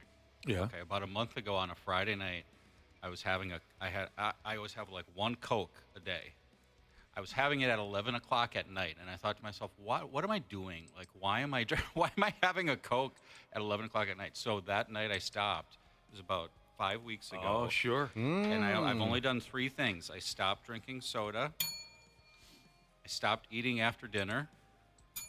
And I started going on just a couple more walks a week. Like, I didn't start exercising a little bit more. What the hell Boring. And I started drinking like one of those Celsius things every day. I don't know what a Celsius thing is. I do. I like those too, Brad. Just one a day to kind of replace the caffeine, and I'm down about 12 pounds in a month. Congratulations. So When I used to drink Jack and Coke all the time, that was my drink of choice, and I noticed I was putting on weight, and as soon as I stopped drinking the Jack and Coke and switched to just like whiskey on ice or whatever, I lost like 15 pounds almost immediately. Yeah. Well, I went through the same thing when I quit fully leaded Gatorade. Oh, sure. Went to the Gatorade Zero. All that sugar. Sugar-free Gatorade, and I dumped a bunch of weight. Well, you're looking just like $1 million by damn, Heck Brad yeah, Ryder. tall, dark, You handsome. are ridiculously tall. How tall are you? 7'3". Wow. 6'3". I'll grind. That's not 7'3". Maybe I'm just you. No offense to you guys, of course, but you're not. Except for Dana, you're not the tallest gentleman in the world. Well, but neither is Brad. I mean, So he's maybe only 6'3". That's what I was going to say. Maybe I'm not used to seeing height in the studio much. You never been to a basketball game? Or? No, actually, I've never been to a pro basketball game. Oh, wow. The funny story about my height here is when I was interviewing for this job, me, Nick, and Josh, we would do Zoom calls and phone calls, but we never met in person until I physically walked in the studio for the first day. And even then, we were still in separate studios, so I just heard your guys' voices. We hadn't seen each other in person yet. And then after the show ends, I walk out of my studio, and Nick walks out of his, and he looks at me, kind of eyes me up. He goes, "You're taller than I thought you'd be." This sucks. I thought you were about 5'5". On video, you're tiny. You're a small person on video. I'll grind your sheet metal. Jesus said, we got to get you a mic real quick, Brad. You have the voice of an angel. They get to hear you clearly while you're in studio. Okay. Somebody else recommends cocaine to lose weight. You mentioned coke. I'll shed some more. Hard street drugs will knock the pounds off of you. Every time I have been stepping on the scale, it is inspiring, I will say, when you start to see numbers you haven't seen for a while. And so I want to get about 10 more down, and then I'll be good. Don't hurt yourself. No, I won't. Okay.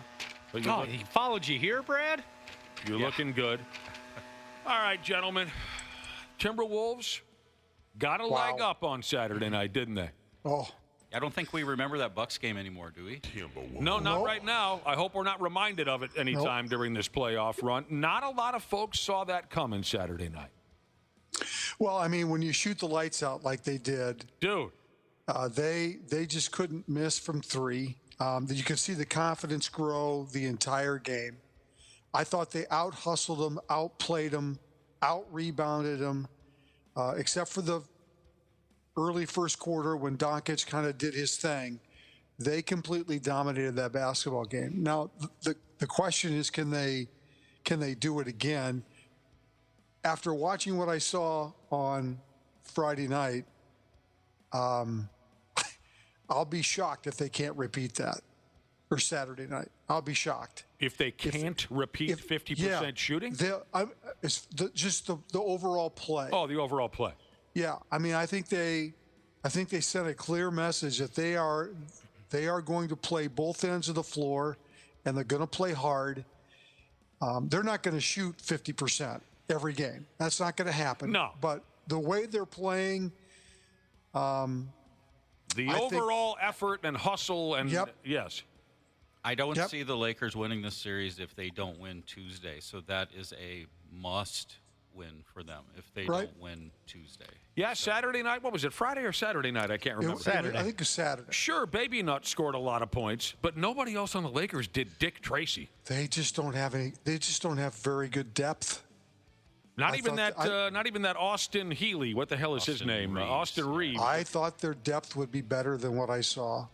They look old, too. Yeah. The Wolves got good output from their starters and their bench. That was key. The Lakers' bench sucked. And I'm not expecting the Lakers. I'm still expecting you'll find out more about this Austin Reeves. He's a very good basketball player. I think the Lakers have much more in the tank, but I was really impressed with Saturday night.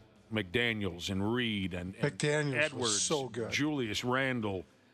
The Wolves made a franchise playoff record 21 three-point baskets on 42 attempts. And it didn't feel like they forced anything. It didn't feel like they were, putting them up at the end of the shot clock or anything like that. It felt like it not was after just the first quarter, at least. All under control. Yeah. So it was a beautiful game. Yeah. They seem to have played better. We've talked about this on the road this year too, though. So why not go win Tuesday too?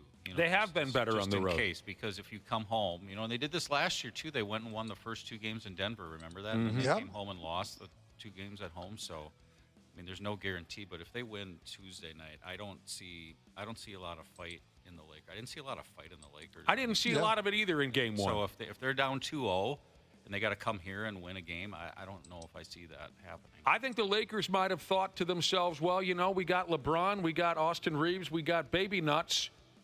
We're just going to coast here, and maybe they've been woken up after game one. I loved Edwards taunting Baby Nuts after a couple of those three-point plays. There's a picture going around the internet that cracks me up where Ant's doing that spider web thing right in the face of Luka Doncic. You're right. A lot of fight, a lot of hustle, and they just shot the friggin' lights out. Game 2 is tomorrow night in Los Angeles. So this is an old quote, huh, Josh? This quote from Anthony Edwards. Someone just texted in. You got to mention the quote from Anthony Edwards, but apparently it's not new. It was a couple weeks ago. Right, Josh? Yes. Anthony Edwards said... At least it was published a couple weeks ago, yeah. Okay. Anthony Edwards said, I'm the best in the world. Go tell all the girls. He's so adorable. He's the best. So there you friggin' go.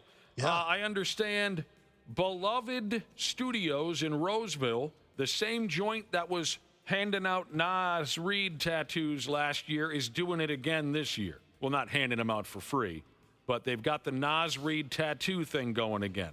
The Nas Reed beach towels very prominently placed at WrestleMania over the weekend, too. That's awesome. I saw that, too. Were the original Nas Reed tattoos free?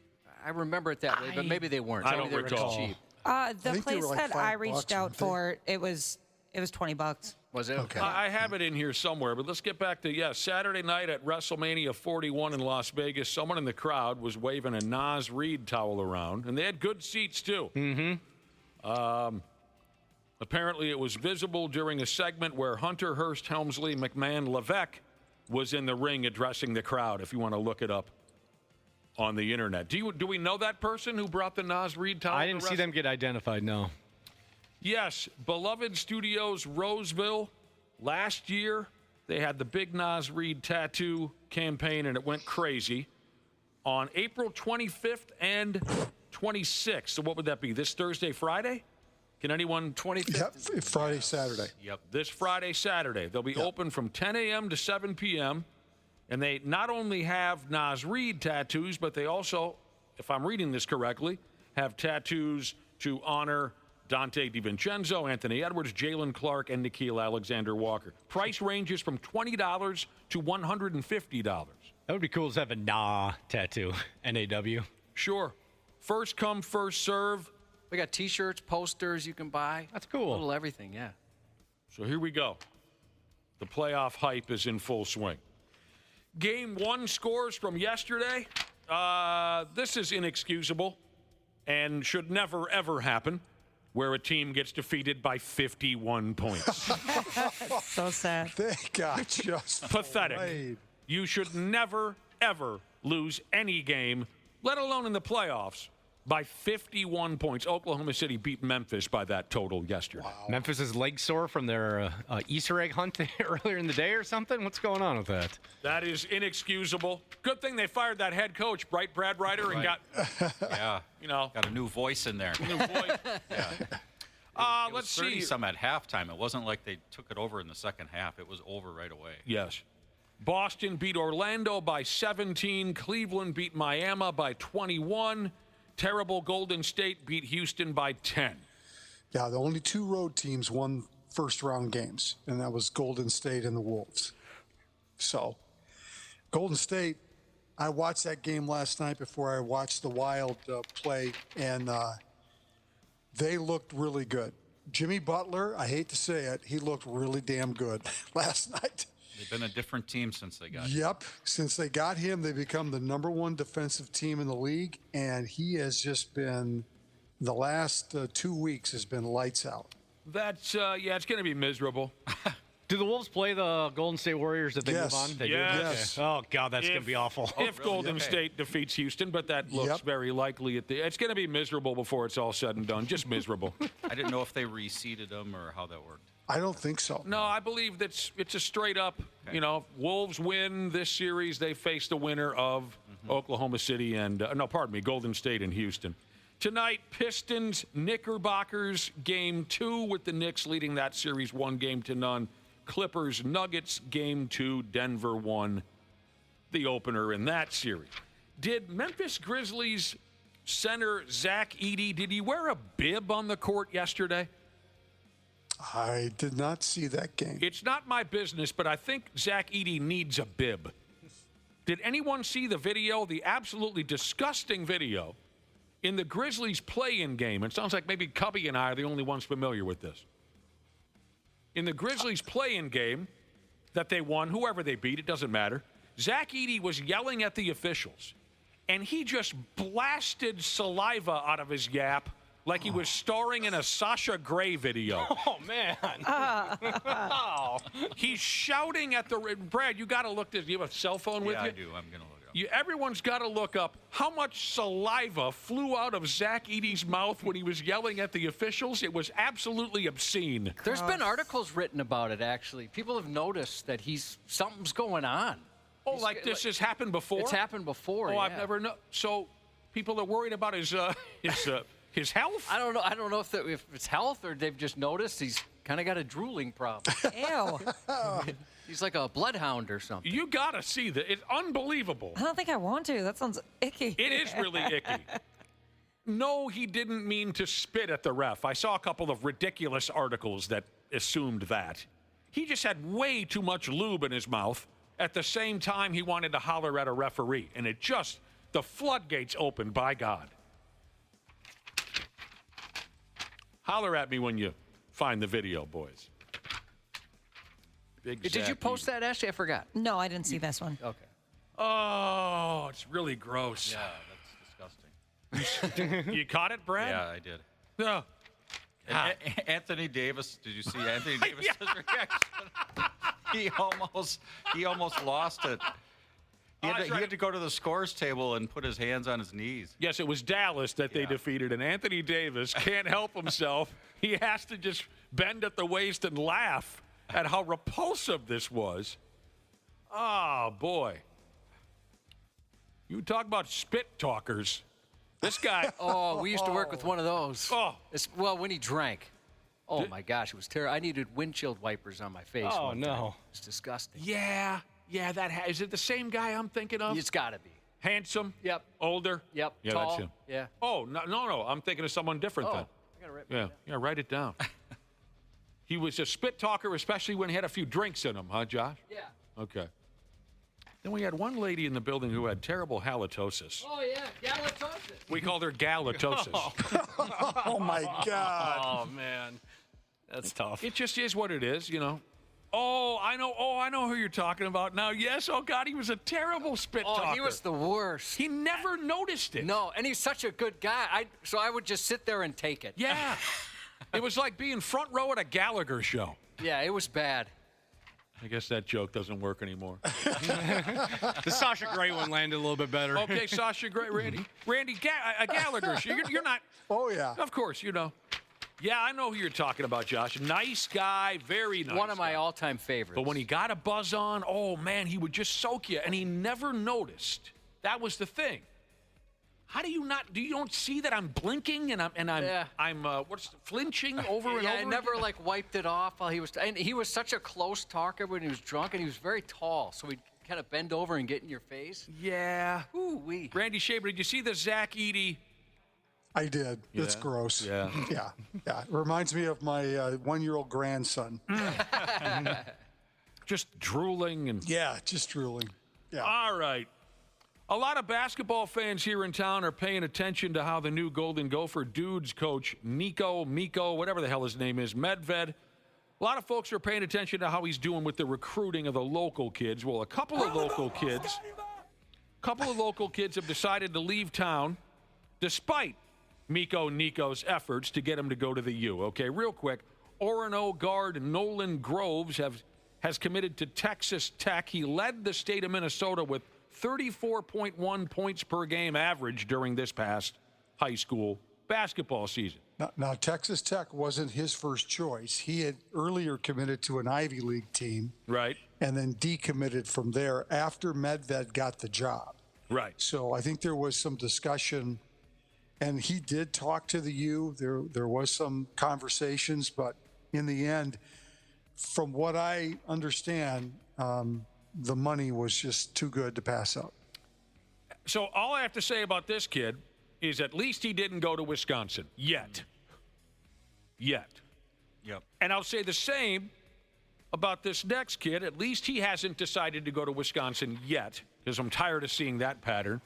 One of the top-rated high school basketball players in the state of Minnesota. He's not graduating until next year. His name is Christian Wiggins from Wayzata High School. He has committed to Iowa State. What is the deal with Wayzata High School and silly Iowegian State? I know 5 or 6 Wayzata kids, buddies of mine, they're kids, and they've all decided to go to Iowegian State, even though it clearly blows. Why don't you talk to them? Why don't you sit down and talk to these kids? First of all, it's a great school, and it's easy. It's easy? Oh, really? Is it from someone who went there? It's an easy school to graduate from? So easy. Yeah. What do you mean by that? What makes it so easy? I mean, there was one semester I took bowling and golf. Dude. And, cool. All right. So you're saying that they enroll the athletes perhaps in No, it's easier everybody classes. gets Everybody those gets classes. in. Yeah, Okay. it's easy. So easy. Yeah, I don't know. These, Ashley, I don't have a chance to really communicate with these kids. They're my friends' kids, so I don't really know them very well. But all these Wayzata kids in particular are going to Iowegian State, and I don't get it. That would be hilarious if you held like a meeting at the Legion with a bunch of these kids that you don't know. Hey, I know you kids don't know me, but I used to drink with your dad. Someone may want to text in on this who has a kid who goes there, but I thought I heard from somebody in Egan whose kids go there or went there that they get they don't have to pay out-of-state tuition.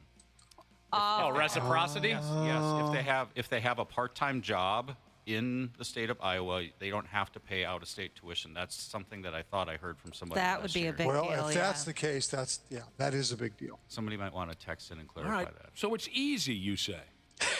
It's so easy. It's so easy. When everybody's trying to please me. That was Axl Rose back in 1987. No, we're not going to play the song because he curses up and down. I just thought of something. Maybe that's why the enrollment in my program has gone up so much. Why is that? Is how easy it is? Easy one? Is your school easy to graduate from, Brad? I don't think it is, but maybe it is. I can picture Brad just buying any excuse some kid lays on him about why a paper was late or something like that. Brad doesn't care. In my experience, the easy classes always started with a teacher that was the biggest hard ass on day one. Because they knew they were the easy class. Yeah. They tried to weed people out. Sure. Did you ever get that speech, Josh, where a professor would start a class by saying, hey, it's hard to get an A in this class. Like, you should be happy with a C. What? Why do you want people to not get A's? What's going on? Josh, I had a history of rock and roll class at St. Cloud State, and you think, okay, history of rock and roll, this is simple, but... Let's see. The answer to question number 1 is Bill Haley in the comments. The answer to question number 2 is Buddy Holly. But the guy was the biggest hard-on because he knew that his class had a reputation of being easy, so he would drop pop quizzes on you like the Wednesday before Thanksgiving break when a lot of kids had already gone back home already, skipping that day. And he'd always have the quizzes be on Fridays and out of nowhere. And he did that intentionally just to mess with kids. My first semester in school, I got all A's except a B in history of rock and roll. So it was harder than you thought it would be. Well, just because of those things. Just like, because I don't want to go today. There probably won't be a pop quiz. No, of course there's a pop quiz. Did you ever answer the Big Bopper? Yes, actually. And I can tell you that W.C. Handy codified the blues. Dude. We had a former coworker who took a pornography class when she went to school in California. Oh, that must have been awesome. She said it was very difficult, actually. My bro... You have to submit your own tape at the she said end. they made it like impossible. Pornography. Final project. And she's not the type of person you'd expect that from. She would have followed that Sasha Grey, Zach Eady joke then. I thought Sasha Grey was known for other things, but she's well-rounded, you're saying? Are you kidding me? Versatile. Definitely. What was that syllabus like, I wonder? Yeah, I know. Nice PowerPoint presentation. She said there were a lot of people that went there, expecting what you might imagine, and they were just very disappointed in how much work it was. I'll tell you what's well-rounded at Sasha Gray's place. the corners of the couch. Oh, man. Big Al's one of the greatest hockey players that Wayzata ever produced, and he took an ice skating class in college. I took fitness walking. All the Wayzata kids used to go to St. Cloud State. Now they go to Iowegian Iowegian State? Fitness walking? Yeah. Just me and the gals. Yup, walking around exactly. Normandale. Get your daily gossip in? Yeah, oh yeah, heck yeah, we You did. were the only guy, weren't you? I was, and there was a bet. They had a bet on how long I'd last. They thought I'd quit, but not me. No, I kept going, and they bought me a cake at the end of it because I stayed through the whole class. That is so cute. How many of them did you hook up with? Who do you think you're talking to? Dan? 0. Never even had a chance. These were my friends. Friend zoned on day one in walking class. You, I put you were them in the the gal friend pal. I got one more statement on how all the Wayzata kids are going to Iowegian State now. A bunch of my friends' kids. What I've noticed is also instantly, despite not giving a half a pump before, all the parents whose kids have gone to Iowegian State become instantly wildly passionate about Iowegian State athletics.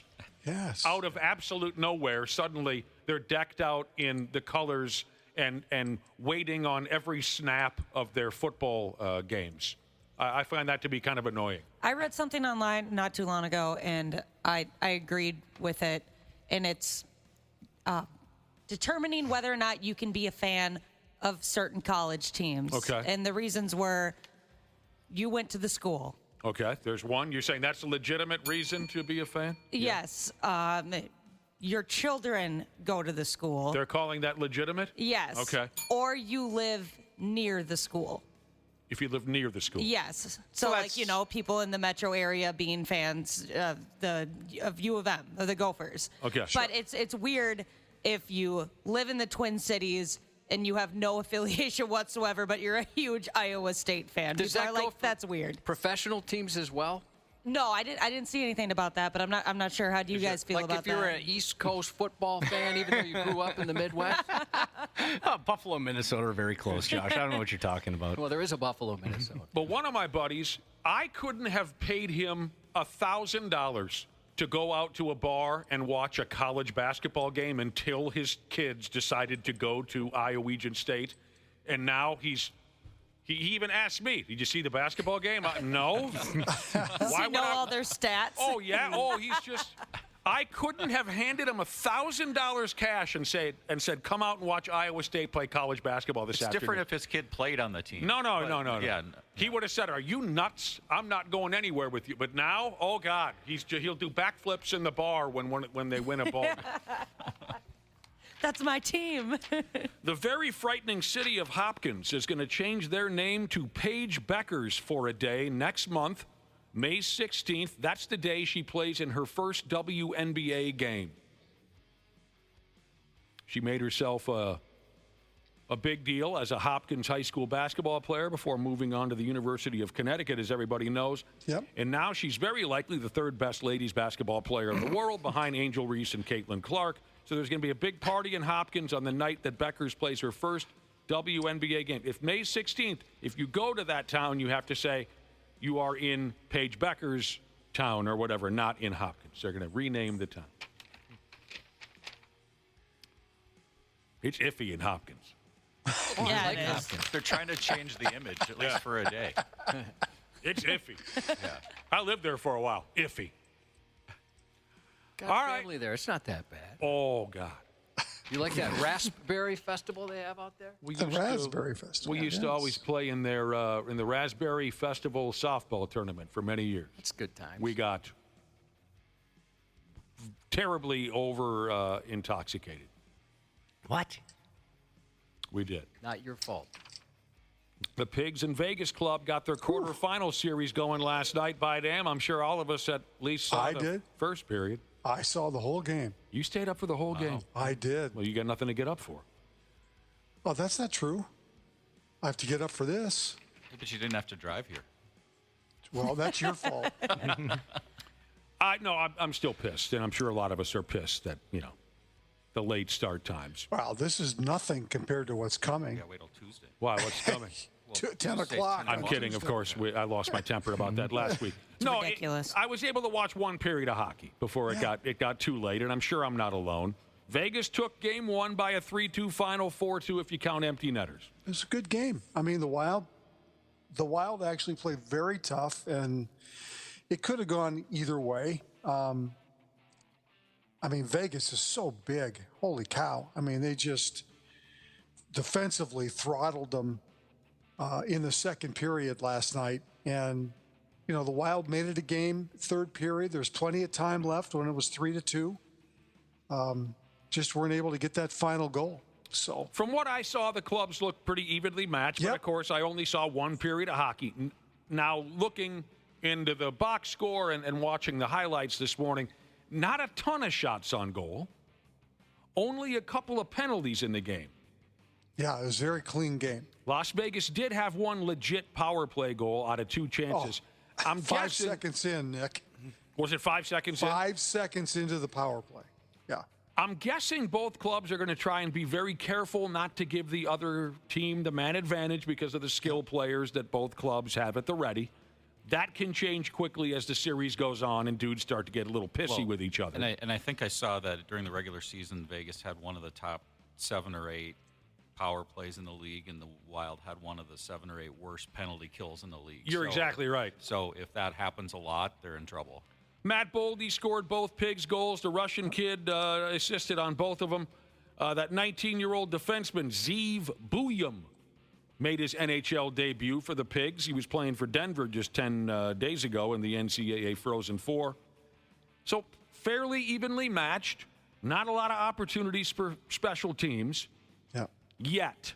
But like I said, once the series grows a little older and these guys start to get a little bitter with each other, you're going to see penalties taken. You're going to see opportunities, I believe. A referee got knocked on his ass and had to leave the game. Yep. So the boys are down 1-0 in the best of 7. A long way to go in this series, I think. And as long way to go. As we've mentioned many times, we're very thankful to the NHL and whoever else. We here in Minnesota are very appreciative of the 10 p.m. start time for Game 2. That makes perfect sense for all Minnesota hockey fans, and it shows how much we're appreciated around here. I wouldn't have it any other way, Nick. You know what you can be thankful for is that there's only 1 day between these games instead of 2. Yes. Yeah. That's a good point. A buddy of mine's a bartender, and he brought up a good point how much this sucks for them, people in the service industry. You know, you're expecting a 7 o'clock start time, a packed house, and now you're getting a Tuesday night 10 o'clock game. Yeah. So not only do they have to work later than they probably would have, there's going to be, you know, a minuscule amount of people there that would have been there had it been prime time. I'm closing the doors. I'd be so mad. Be one thing if it was a Friday or Saturday night, but middle of the week, it just doesn't work. Game 1 scores from yesterday in the NHL. Carolina beat New Jersey 4-1. Thank you to a listener for giving me a heads up on this. Did anyone else see the video? The New Jersey goalie got a little frustrated with a Carolina Hurricane player standing out front the net, and the goaltender tries to slash this Carolina Hurricane to get him out the way.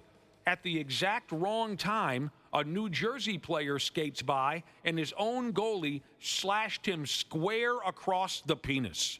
Didn't you have to leave the game or something like that? I thought I read he left I'm not sure. I didn't look into the details. I just watched the video. He took a full-on goalie stick swing to the Johnson.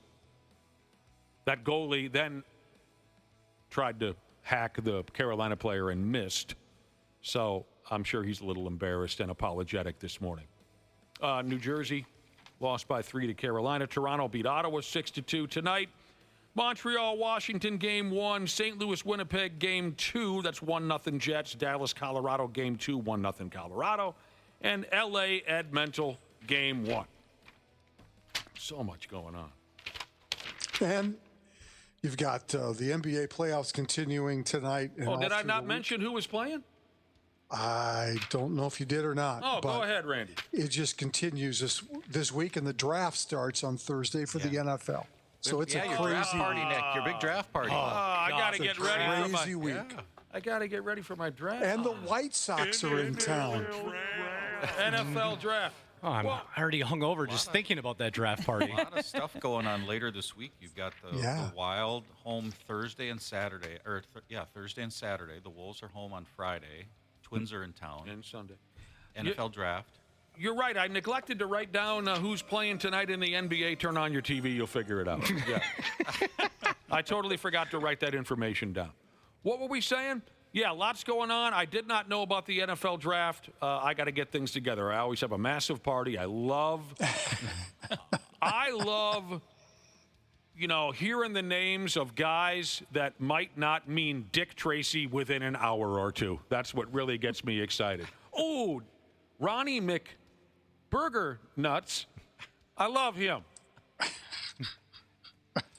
We did a Jimmy Kimmel thing once on the radio where, he does that headline news thing where he goes and asks people about fake news headlines. Live witness news. Live witness news, thank you. That. And I went around the draft party and I said, what do you think about Jacoby Hendricks out of Penn State? And people are like, oh, he's a great edge rusher. He's going to be fantastic. No, it's a name I just made up. Right. There is no Jacoby Hendricks. You know what makes this year's draft even worse? What's that? It's in Green Bay. Oh, who decided that? The NFL. It's in Green Bay. It's just terrible and unwatchable. The Twins played a 3-game series in Atlanta, Georgia, over the weekend against the Braves. They lost every damn one of those 3 ball games. Josh, I had a history of rock and roll class at St. Cloud State, and you think, okay, history of rock and roll, this is simple, but... Let's see. The answer to question number 1 is Bill Haley in the comments. The answer to question number 2 is Buddy Holly. But the guy was the biggest hard-on because he knew that his class had a reputation of being easy, so he would drop pop quizzes on you like the Wednesday before Thanksgiving break when a lot of kids had already gone back home already, skipping that day. And he'd always have the quizzes be on Fridays and out of nowhere. And he did that intentionally just to mess with kids. My first semester in school, I got all A's except a B in history of rock and roll. So it was harder than you thought it would be. Well, just because of those things. I don't want to go today. There probably won't be a pop quiz. No, of course there's a pop quiz. Did you ever answer the Big Bopper? Yes, actually. And I can tell you that W.C. Handy codified the blues. Dude. We had a former coworker who took a pornography class when she went to school in California. Oh, that must have been awesome. She said it was very difficult, actually. My bro... You have to submit your own tape at the end. She said they made it like impossible. Pornography. My final project. And she's not the type of person you'd expect that from. She would have followed that Sasha Grey, Zach Edey joke then. I thought Sasha Grey was known for other things, but she's well-rounded, you're saying? Are you kidding me? Versatile. Definitely. What was that syllabus like, I wonder? Yeah, I know. Nice PowerPoint presentation. She said there were a lot of people that went there, expecting what you might imagine, and they were just very disappointed in how much work it was. I'll tell you what's well-rounded at Sasha Gray's place. The corners of the couch. Oh, man. Big Al's one of the greatest hockey players that Wayzata ever produced, and he took an ice skating class in college. I took fitness walking. All the Wayzata kids used to go to St. Cloud State. Now they go to Iowegian State. Fitness walking? Yeah. Just me and the gals. Yep, walking around exactly. Normandale. Get your daily gossip in? Yeah, oh yeah, heck yeah. You were the only guy, weren't you? I was. And there was a bet. They had a bet on how long I'd last. They thought I'd quit. But not me. No, I kept going, and they bought me a cake at the end of it because I stayed through the whole class. That is so cute. How many of them did you hook up with? Who do you think you're talking to? 0. Never even had a chance. These were my friends. Friend zoned on day one, walking class. You were the gal pal. I got one more statement on how all the Wayzata kids are going to Iowegian State now. A bunch of my friends' kids. What I've noticed is also instantly, despite not giving a half a pump before, all the parents whose kids have gone to Iowegian State become instantly wildly passionate about Iowegian State athletics. Yes. Out of absolute nowhere, suddenly they're decked out in the colors and waiting on every snap of their football games. I find that to be kind of annoying. I read something online not too long ago, and I agreed with it. And it's determining whether or not you can be a fan of certain college teams. Okay. And the reasons were you went to the school. Okay, there's one. You're saying that's a legitimate reason to be a fan? Yes. Your children go to the school. They're calling that legitimate? Yes. Okay. Or you live near the school. If you live near the school. Yes. So like, people in the metro area being fans of U of M, of the Gophers. Okay. But it's weird if you live in the Twin Cities and you have no affiliation whatsoever, but you're a huge Iowa State fan. Does People that are go like, for that's weird. Professional teams as well? No, I didn't see anything about that, but I'm not sure. How do you guys feel about that? Like if you're an East Coast football fan, even though you grew up in the Midwest? Buffalo, Minnesota are very close, Josh. I don't know what you're talking about. Well, there is a Buffalo, Minnesota. But one of my buddies, I couldn't have paid him $1,000 to go out to a bar and watch a college basketball game until his kids decided to go to Iowa State. And now he even asked me, did you see the basketball game? No. Does he know all their stats? Oh, yeah. Oh, he's just... I couldn't have handed him $1,000 cash and said, come out and watch Iowa State play college basketball this afternoon. It's different if his kid played on the team. No. Yeah. He would have said, are you nuts? I'm not going anywhere with you. But now, oh, God, he'll do backflips in the bar when they win a ball. That's my team. The very frightening city of Hopkins is going to change their name to Paige Beckers for a day next month, May 16th. That's the day she plays in her first WNBA game. She made herself a big deal as a Hopkins high school basketball player before moving on to the University of Connecticut, as everybody knows. Yep. And now she's very likely the third best ladies basketball player in the world behind Angel Reese and Caitlin Clark. So there's going to be a big party in Hopkins on the night that Beckers plays her first WNBA game. If May 16th, if you go to that town, you have to say you are in Paige Beckers' town or whatever, not in Hopkins. They're going to rename the town. It's iffy in Hopkins. Yeah, like it is. Hopkins. They're trying to change the image, at least for a day. It's iffy. Yeah. I lived there for a while. Iffy. Got All right. family there. It's not that bad. Oh, God. You like that raspberry festival they have out there? The Raspberry Festival. We used to always play in their in the Raspberry Festival softball tournament for many years. It's good times. We got terribly over intoxicated. What? We did. Not your fault. The Pigs in Vegas Club got their quarterfinal series going last night. By damn, I'm sure all of us at least saw the first period. I saw the whole game. You stayed up for the whole game? I did. Well, you got nothing to get up for. Oh, that's not true. I have to get up for this. But you didn't have to drive here. Well, that's your fault. I'm still pissed, and I'm sure a lot of us are pissed that, the late start times. Wow, this is nothing compared to what's coming. Yeah, wait till Tuesday. Why? What's coming? 10 o'clock. I'm kidding, of course. I lost my temper about that last week. No, ridiculous. I was able to watch one period of hockey before it got too late, and I'm sure I'm not alone. Vegas took game one by a 3-2 final, 4-2 if you count empty netters. It was a good game. I mean, the Wild actually played very tough, and it could have gone either way. Vegas is so big. Holy cow. I mean, they just defensively throttled them in the second period last night. And, the Wild made it a game, third period. There's plenty of time left when it was 3-2. Just weren't able to get that final goal. So from what I saw, the clubs looked pretty evenly matched. But, of course, I only saw one period of hockey. Now, looking into the box score and watching the highlights this morning, not a ton of shots on goal. Only a couple of penalties in the game. Yeah, it was a very clean game. Las Vegas did have one legit power play goal out of two chances. I'm 5 seconds in, Nick. Was it 5 seconds in? 5 seconds into the power play. Yeah. I'm guessing both clubs are going to try and be very careful not to give the other team the man advantage because of the skill players that both clubs have at the ready. That can change quickly as the series goes on and dudes start to get a little pissy with each other. And I think I saw that during the regular season, Vegas had one of the top 7 or 8 power plays in the league, and the Wild had one of the 7 or 8 worst penalty kills in the league. You're exactly right. So if that happens a lot, they're in trouble. Matt Boldy scored both Pigs goals. The Russian kid assisted on both of them. That 19-year-old defenseman, Zeev Buyum, made his NHL debut for the Pigs. He was playing for Denver just 10 days ago in the NCAA Frozen Four. So fairly evenly matched. Not a lot of opportunities for special teams yet. But like I said, once the series grows a little older and these guys start to get a little bitter with each other, you're going to see penalties taken. You're going to see opportunities, I believe. A referee got knocked on his ass and had to leave the game. Yep. So the boys are down 1-0 in the best of 7. A long way to go in this series, I think. And as long we've way to mentioned, go. As we've mentioned many times, we're very thankful to the NHL and whoever else. We here in Minnesota are very appreciative of the 10 p.m. start time for Game 2. That makes perfect sense for all Minnesota hockey fans, and it shows how much we're appreciated around here. I wouldn't have it any other way, Nick. You know what you can be thankful for is that there's only one day between these games instead of two. Yes. Yeah. That's a good point.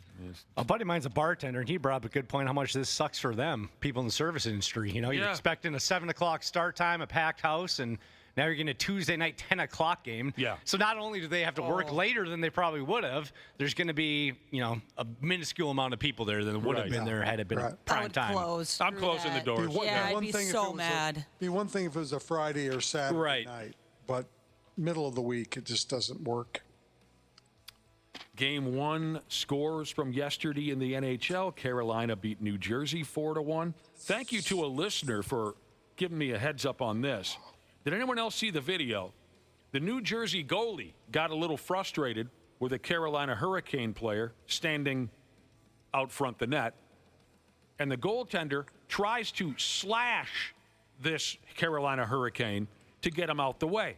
At the exact wrong time, a New Jersey player skates by, and his own goalie slashed him square across the penis.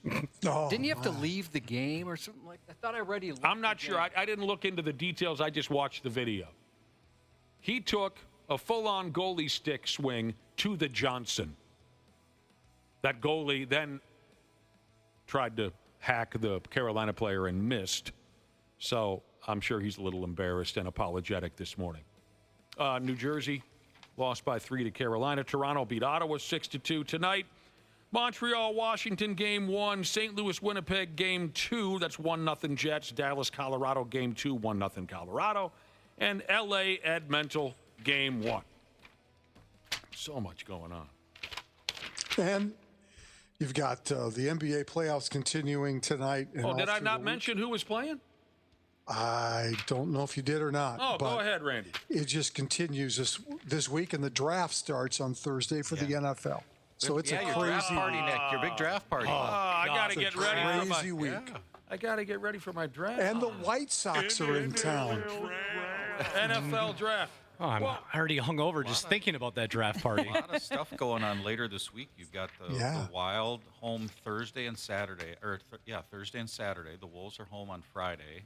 Twins are in town. And Sunday. NFL draft. You're right. I neglected to write down who's playing tonight in the NBA. Turn on your TV. You'll figure it out. Yeah. I totally forgot to write that information down. What were we saying? Yeah, lots going on. I did not know about the NFL draft. I got to get things together. I always have a massive party. I love, hearing the names of guys that might not mean Dick Tracy within an hour or two. That's what really gets me excited. Oh, Ronnie McBurger Nuts. I love him. We did a Jimmy Kimmel thing once on the radio where, he does that headline news thing where he goes and asks people about fake news headlines. Live witness news. Live witness news, thank you. That. And I went around the draft party and said, what do you think about Jacoby Hendricks out of Penn State? And people are like, oh, he's a great edge rusher. He's going to be fantastic. No, it's a name I just made up. Right. There is no Jacoby Hendricks. You know what makes this year's draft even worse? What's that? It's in Green Bay. Oh, who decided that? The NFL. It's in Green Bay. It's just terrible and unwatchable. The Twins played a 3-game series in Atlanta, Georgia, over the weekend against the Braves. They lost every damn one of those 3 ball games. Friday night, they blew a 3-run lead in the 8th inning. Saturday was a close ball game. Yesterday, the Braves were hanging dongs all over the Twins starter, Joe Ryan. The final was 6-2. So now they're 7-15 on the season, like Randy Shaver said. Rocco! The White Sox are in town for 3 starting tomorrow night. That's a matchup of the 2 worst records in the American League. Twins lineup just isn't getting it done. No. It's so sad. They are in jeopardy of being out of this thing by the end of April already. In 2 separate innings yesterday, the Twins loaded the bases with 1 out against the Braves starter, a guy by the name of Grant. Yeah, I got out of it twice. But they scored only 1 run, and that was on a wild pitch. So all in all, yesterday the Twins went 0 for 7 with runners in scoring position, one day after going 0 for 8. The Twins only run. Wait a minute. They scored 2 runs. Byron Buxton hit a 2-run home run? I don't know. Whatever. Buxton hit a home run. So it's not good. It's not good. So the Luke Keeschel kid made his major league debut. So that was, I guess, the one shining moment for the Twins over the weekend. Sure. And looked pretty good. Looked like he belonged. Played DH twice. I think he played second base one of the 3 games. He looks like he's going to be a good player. So. All right, we'll keep an eye on that sumbitch. Yeah. The Milwaukee Brewers needed only 4 innings yesterday to break a 33-year-old franchise record. Here's what they upped and did. They stole 9 bases through the first 4 innings against the Athletics. That's Damn. crazy. The stolen base really is coming back. It seems to me. I was reading something a couple weeks ago about stolen bases are on the up and up and up. I think part of the reason is the pitchers can only throw over to first base 1 time. There you go. That helps a lot. Yesterday, the Brewers stole 6 bases in the first inning, including a pair of double steals. And it only took them 4 innings to steal 9. That's the most since 1961. No Brewer got caught stealing until the 5th inning. The catcher for the Athletics, I believe, was a dude by the name of Langoliers. He'd probably rather we'd forget all about yesterday. Yes, he would. Yes, he would. And the Baltimore Orioles would rather forget about yesterday's baseball game as well. What happened? They gave up 24 runs to the Reds. And they had 2 of their fielders pitch the last 2 innings. Oh. Mateo and Gary Sanchez, former Twin Gary Sanchez, and they both got clobbered. I mean, if you look at the line score for the Orioles pitching yesterday, it is unbelievably bad. Well. Yeah, they gave up 24 runs to the Reds yesterday. That's not good. That'll ruin your Easter. And they're off to a terrible start. Baltimore 1 year after having quite a nice run. Yep. All right. Ooh, I think former Twin Luis Ariz went to sleep for a while. Oh, wow. Jeez Louise. I think he went to sleep for a while on the ball field last night. Not his fault. Ariz, there's a bunt to the first baseman. Walker flips, and look out, a collision between Ariz, who's down, and Mauricio Dubon. The San Diego Padres, Ari's current club, was playing at Houston last night on ESPN's Sunday Night Baseball. Ariz tried to leg out a bunt. He collided with the Astros' first baseman, and he took a little nap. But word is he's doing fine. He was stretchered out of there. Yeah. And taken to a hospital. It's kind of surprising that he took a nap. Didn't look that bad to me. That's what I thought too. Guy from the Astros kind of looked down like, what happened? Oh, you're out cold? Anyway, whatever. I hope he's doing all right. We all like. Yep. This is terrible. San Francisco Giants pitcher Logan Webb was being interviewed after a ball game a night or 2 ago, and one of his teammates dropped ass in the background. Oh, Bumgarner, please go and Marshall. I'm sorry. Guys. Farts are always funny. I'm not gonna lie.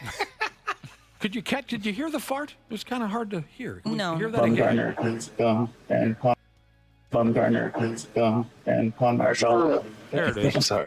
Yeah. And from that moment on, Webb couldn't keep from laughing. He's not wrong. It's gross in that locker room, huh, Brad Ryder? Yeah. Yeah.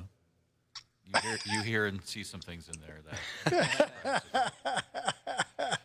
Penises everywhere.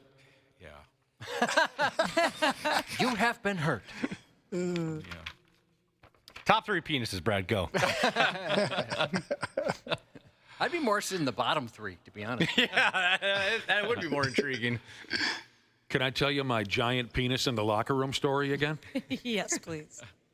Friend of mine, when we got out of high school, he went to, I think this is how you say it, River Falls, to go to college.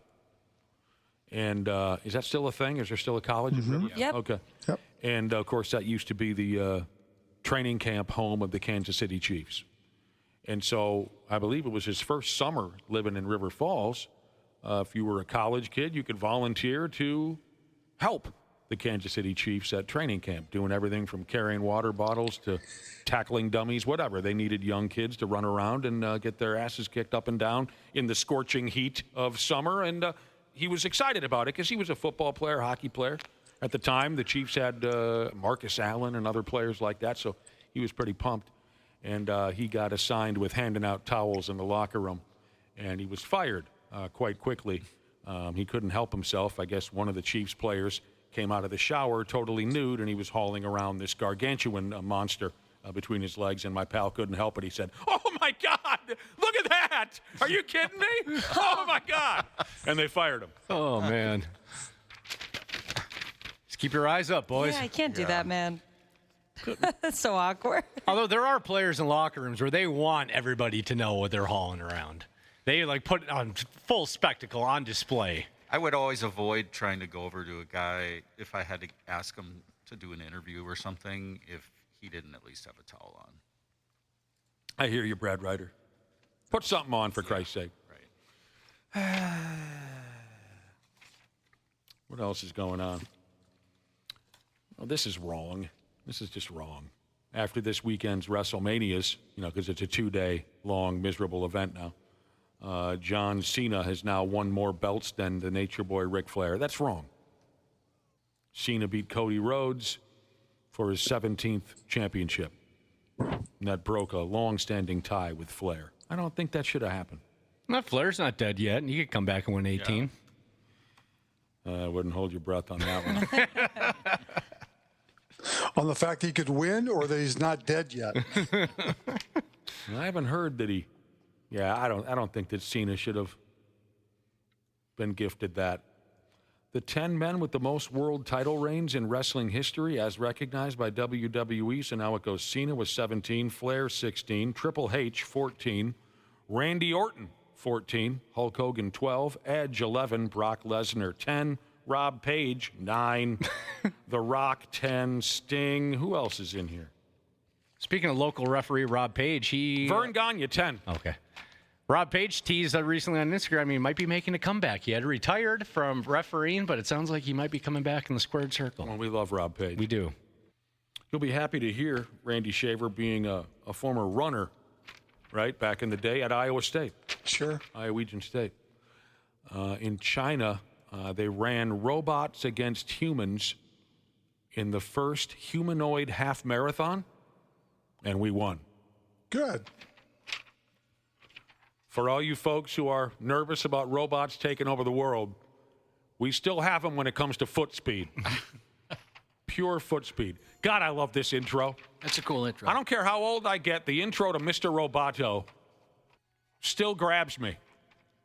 1983. Styx. What album? Kilroy was here. It's my older kid's first concert. That's sweet. Styx. Seeing him at Randy Shaver's event. I remember that show. Scared the hell out of all the ladies at that show. You remember that night, Randy Shaver, when you hired Styx to play your, how do you call it? I do. Yeah. Yeah, they were awesome. They were great, but they scared the hell out of a lot of your customers because I think a lot of them assumed that they would just play Babe and all the soft ballads, Don't Let It End, Haven't We Been Here Before, and things like that.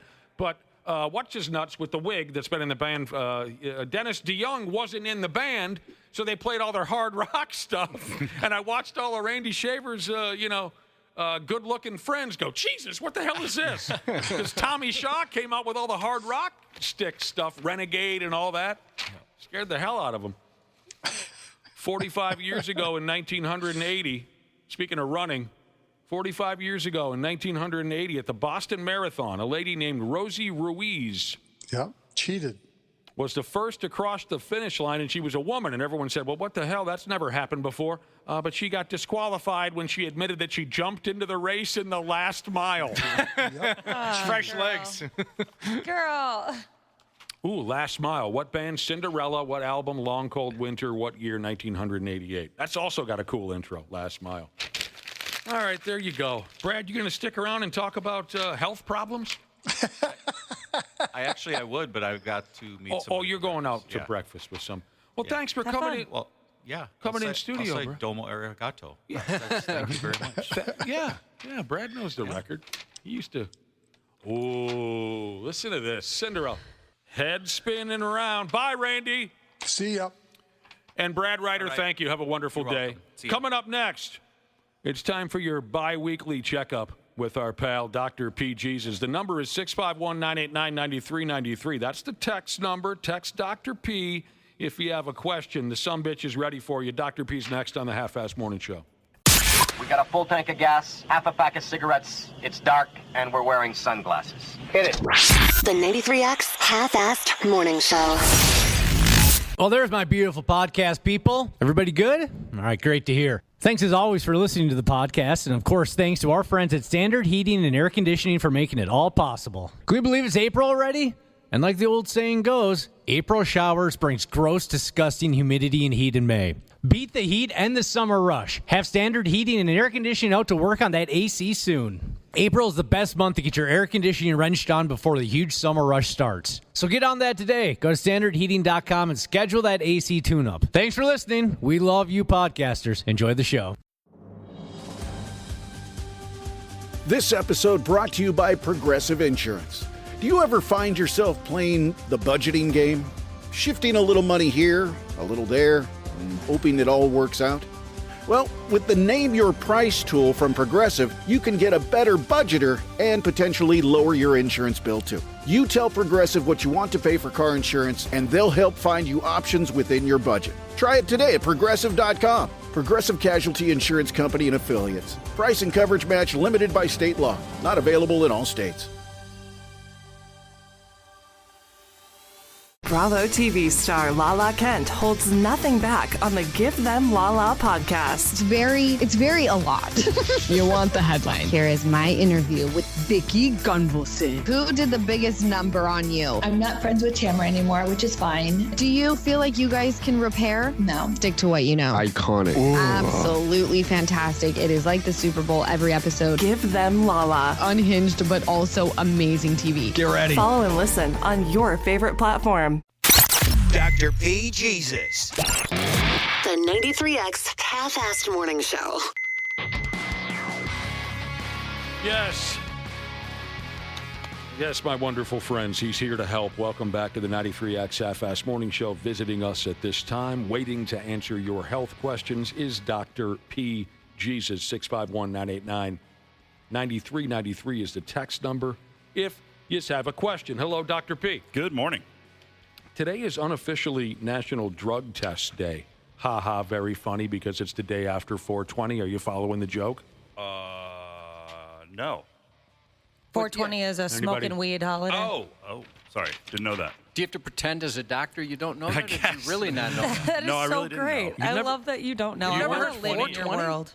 How is it you never heard of that gimmick? I don't know. Okay. Is that like a police code or something like that? Or Well, I think it was the time. Well, people say different things, but it was the time of day the people who started 420 would get together after school and smoke, like some college. Oh. Students. That's what I'd always heard. Am I in an alternate universe right now? What do you mean? You're Okay, acting, you never heard of it? Does Curious George have a tail? I don't know. You're acting very odd right now. I know, no. And I'm a little worried about It's because this seat is so warm from Brad Ryder. It is so warm. Oh, You're sitting in the chair that Brad Ryder I think just... I am, yeah. And he heated it up. The reason I brought it up... Yeah, I don't know it. I wanted to ask you, why is our urine the most common way to test us for dope? I think it's just the simplest, really. You don't have to draw blood. Okay. That's probably I mean, there's certainly blood tests for it, but yeah, that involves sticking a needle in somebody and having, All right. potential for... So it's just easier than bleeding all over the room. I believe so. You can, if you do either blood or hair, I know especially hair, it stays in a lot longer than if you urine test, right? The hair? Yeah, for sure. So urine, I think it is the quickest sort of, or the Tastiest. shortest half-life. It what, tastes the best? Tastiest. Yeah, for sure. Is it only hair on top of our head that people can test for drugs? Ooh, that I don't know. I feel what like about body hair? That's more of like a forensic thing. I think if you're, looking at doing an autopsy or something. Fair enough. Otherwise, you I'd wouldn't. be safe. I'm going to put that on Not a hair on his I'm going body. to start a pros and cons list for being bald. Somebody said they called we're a group Baldens. were all Boldens. Oh, is that a thing? Yeah, somebody texted me earlier. They'd have to dig pretty deep to find the drug remnants in your skull. Yeah, good luck. They're going to take it from somewhere else. To do some scraping, possibly. Ouch. All right, so urine tests are just easier than blood. Yeah, I don't pouring out of our bodies. I don't think there would be anything about them being more accurate or anything. It's just simpler. There you go. Got a question here from Double D's Sheezus, and the name is appropriate for this text. Excellent. At what age should women get mammograms? Her friend's 36, sister 40, both had breast cancer. I'm only 33, but nervous with many women getting it earlier. That's always an evolving. All of those target ages tend to evolve over time. Like colonoscopy traditionally was 50, now it's pretty much 45. Prostate for men was 50, now it's whether you should do it or not. Women, I believe the standard recommendation now is 40, basically, to consider doing it. But if there could be reasons you would do it earlier. There's not, including an aggressive family history. The problem with mammograms, if you have basically significant fibrocystic breast tissue, which younger women tend to have more of as women get older, the breast tissue itself tends to be replaced by fatty tissue, and that's actually fatty tissue on a mammogram doesn't cause problems, but the actual sort of hormonally responsive breast tissue in a breast it can cause all sorts of troubles with mammograms. So you tend to have more false positives and concerning things when you do them on younger women, which just kind of increases everybody's anxiety. But 40 is sort of that's the age you typically start talking about it. Again, it could be done earlier, but you run into all these risks of possible false positives. There's some scenarios perhaps where an MRI makes more sense. MRI is what you think of when you hurt your knee or you have something with your brain, but it can be done on the breast. It's just a lot more expensive test, and it's not usually done for screening. When I went in for my yearly physical last December, they told me we should schedule a mammogram soon. And I don't have any history of How old are breast you? cancer. You're I'm not even 27. 30. Yeah. Really? Yeah, they're and I said, I was like, aren't I way too young for that? And they're like, well, it's better than not doing it. This sounds like some of the shady doctors that Josh has experienced in his life. Yeah, no, you said the prostate. Now you said there are questions on whether or not they do that one anymore, right? Because of the PSA test? PSA, yeah. Or PSA test? It's not as, it used to be sort of just a reflex. You're 50, you're going to have a PSA done every year for your physical, and now it's a conversation. Yeah, I've got my prostate checked since I was a teenager. Oh! Professionally. You must have a look on your face when you go. I don't know, but there was a time my dad was there. My dad had to drive me. I didn't have a license yet, and the doctor had mentioned we're going to do this, and my dad's like, no, we're not. No, that doesn't make any sense. After hearing these stories over and over again, it's clear that Josh was abused. Ashley, don't let the same thing happen to you. I'll try. It sounds a little weird. Yeah. There was an era of doctor training where, and I'm probably going to get in trouble with other physicians out there, but I remember, in medical school, this was sort of going away, but if you saw a patient in the emergency room and you were a med student, you better not come back and talk about that patient unless you did a rectal exam. Was it a joke? No. It was like, that's a thorough exam. And it's like, but they have ear pain. I don't care. You're going to do a rectal exam. And it's just, it's this idea of being, excessively thorough and you're not going to miss anything. But, I think I never really approached things quite like that to the point of violating those sorts of, I don't know. So you're saying it's something about me. Could it be the fact that I requested to the point of almost begging? It could be right. They get so tired of saying no that they just yield. You're telling us, Dr. P, years ago, everybody was getting backdoored and you don't think it was necessary. And that has changed now? I feel like it's a little bit more sensible now. You don't want to skip it if it's important. Okay. If somebody comes in with abdominal pain, you probably should do it because you're looking, make sure there's nothing palpable, but you're making sure hopefully that they don't have any blood or microscopic blood. Sure, stomach pain, I can understand. I'm the member of the program who was most recently in the emergency room, and they did not give me the old prom night. Yeah. Oh, wow, prom night. Yeah. Yeah, they just do the blood test now, right? At least that's what I've. For what? For PSA? the prostate.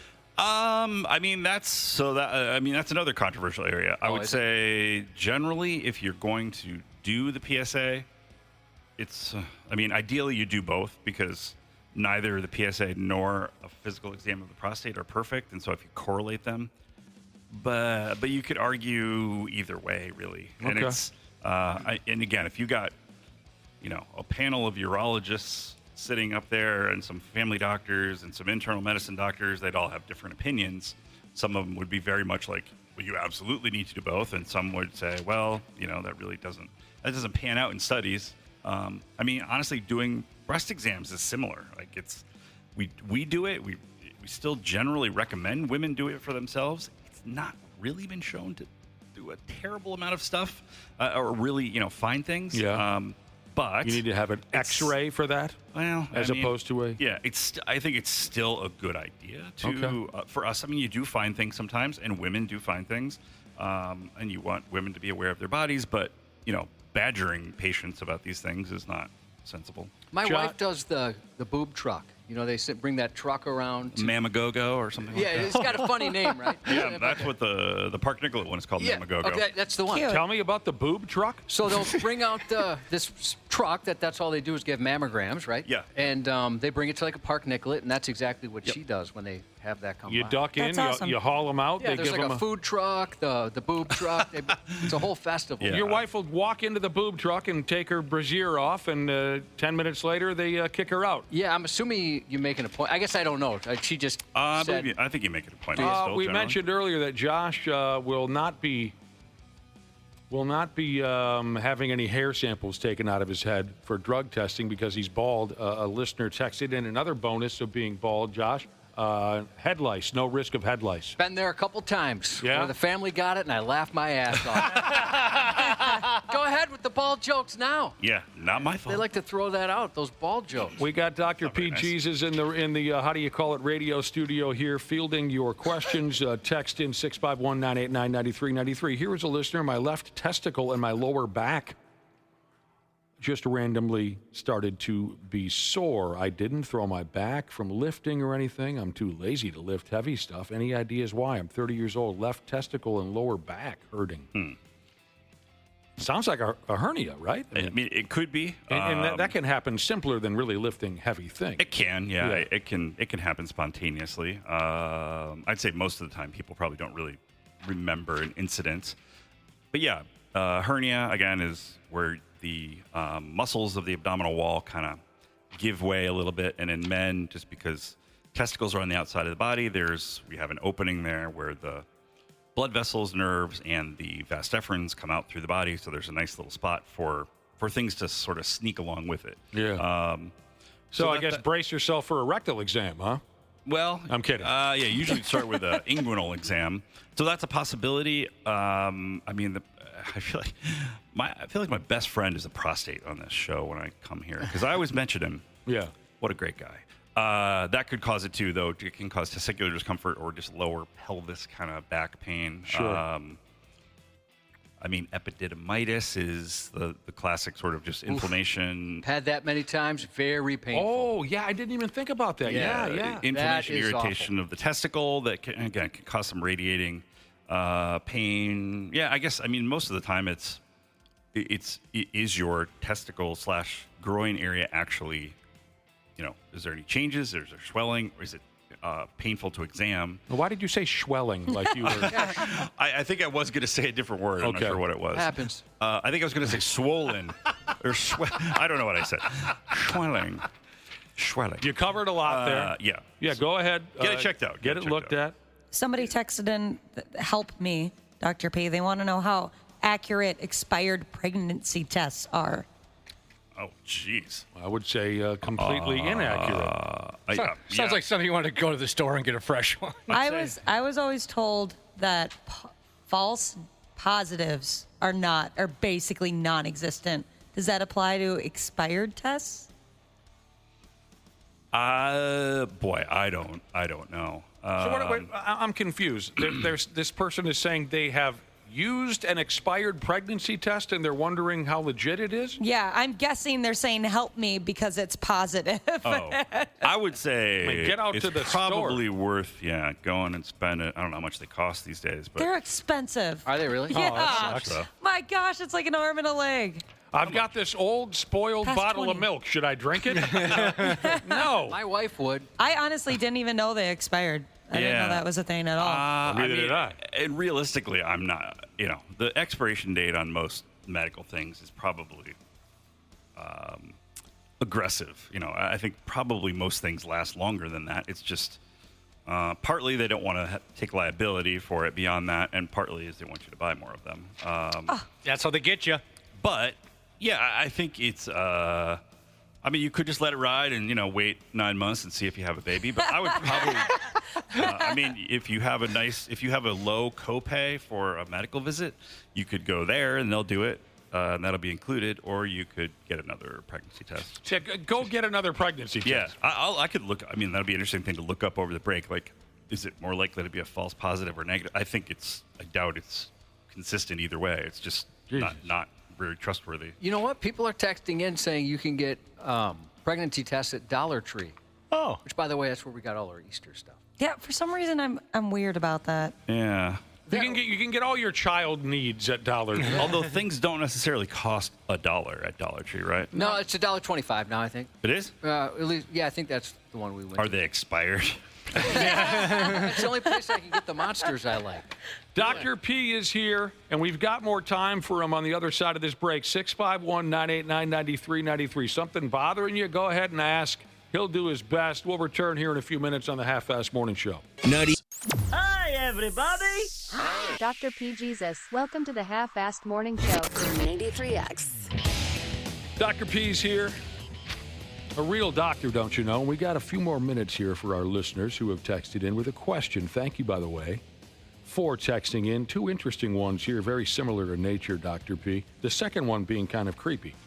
The first question, I smashed my thumb in a car door. What color should I be concerned about? And the second question, what would be the risks if I removed all of my fingernails? Dude, what? It's not the same person, right? No. Okay. Color. Okay, color for crushed finger. Yeah. I don't know that there is necessarily a. Well, let's see. What color Preferred? would be really bad? Just black? Black is probably not good. It's going to start out, red and then bruised. I think it's a matter of the degree of pain. Okay. And probably whether it's, if your fingertip gets so swollen that it's like hard, and like a rock, you probably go get it checked out because just because it's at the end of the extremity, and if the pressure in there gets up to a certain, level, pop like a blueberry. Well, it causes injuries down there.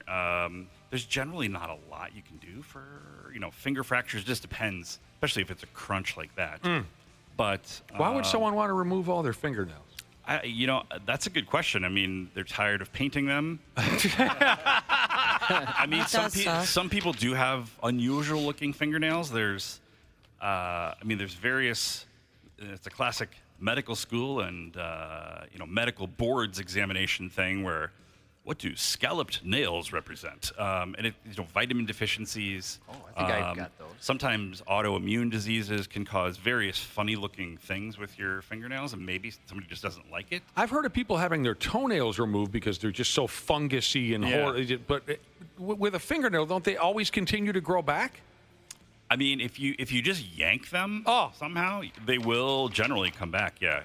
They'd have to be lasered off or whatever. With toenails, if you truly have recurrent onychomycosis, so you have bad fungal nails, you need to have the nails removed, but then they also ablate the matrix. So the matrix is the just under the, what do you call this part of the cuticle? Under the cuticle there. It's basically where, it's like the area where the nail grows, but you have to use chemicals or zap it somehow to prevent the nail from growing back. Sure. Are they trying to interrogate someone, perhaps? I don't know. That's a good question. It does sound... Extract some information from them? I don't know why they would want to do that. Yeah. I don't like thinking They will about generally this. go back, though. All right. High Hopes McGee Jesus, 41-year-old male, yells in sleep, acts out dreams, making roommates mad. Should I worry? Takes Wellbutrin and Zoloft, if that makes a difference. Okay, what did they said they do act out what? They act out dreams and yell in their sleep. Ooh. It's creepy. Roommates are upset. Yeah. Well, so I mean, it's a parasomnia of some type. Movement disorder of sleep. I mean, I don't think of that as being particularly a side effect of those. I mean, it's two different antidepressant medications. Is that common to have a couple? It's not uncommon, yeah. just do Zoloft and different Wellbutrin, things? is that what they said? Yeah. Yeah, they work differently. They work in a complementary way. I've always been on two at a time, never just one. So it can be just because your depression wasn't controlled well enough. Another reason Wellbutrin gets added is because of sexual dysfunction related to usually the Zoloft, so the more serotonin medication. If you have difficulty having orgasms, a man or a woman, adding Wellbutrin can help. I don't think that's on the list of common side effects, but yeah, I mean, the concern with acting out dreams like that is you can hurt yourself or hurt somebody else. I'd like to record some of that sleep hollering. I mean, that'd be kind of fun to hear what they have to say. I mean, I've definitely come across patients who, their spouse comes in and says, "They're kicking me at night and hitting me at night," and they aren't aware of it. Talking to somebody and having a sleep study, and basically, in that kind of case, you would need to have a sleep study where you're literally at a lab and they've got you wired up in every which way and they're watching you. I mean, there are medications that can help to sort of calm that down. But yeah, I mean, you could, if it's really out of control, it's not healthy for anybody. Does heavy drinking lead to sleep terrors and screaming and things like that in the night? I only ask because I had an uncle who was a heavy drinker, and he had these horrible screaming fits while he slept, and it was terrifying. I guess I wouldn't necessarily think it would. Although, I mean, alcohol and other depressants or stimulants or various kinds of drugs can. I mean, it alters your sleep architecture, you would call it. Yeah. So you don't. He was only a drinker. He didn't do any dope or anything. Exotic Metals Jesus texted in could. and said, Wellbutrin gave him the exact same symptoms. Vivid, wild dreams acted out. Okay. Yeah, I mean, a lot of times people, when you start any kind of antidepressant, will have really weird, vivid dreams, but typically don't act them out. I mean, again, it's possible. I mean, if you look at the list of side effects for most any medication, there's almost everything you can think of. And it's possible. I'm just not remembering that's on there because I haven't really come across it. But sure.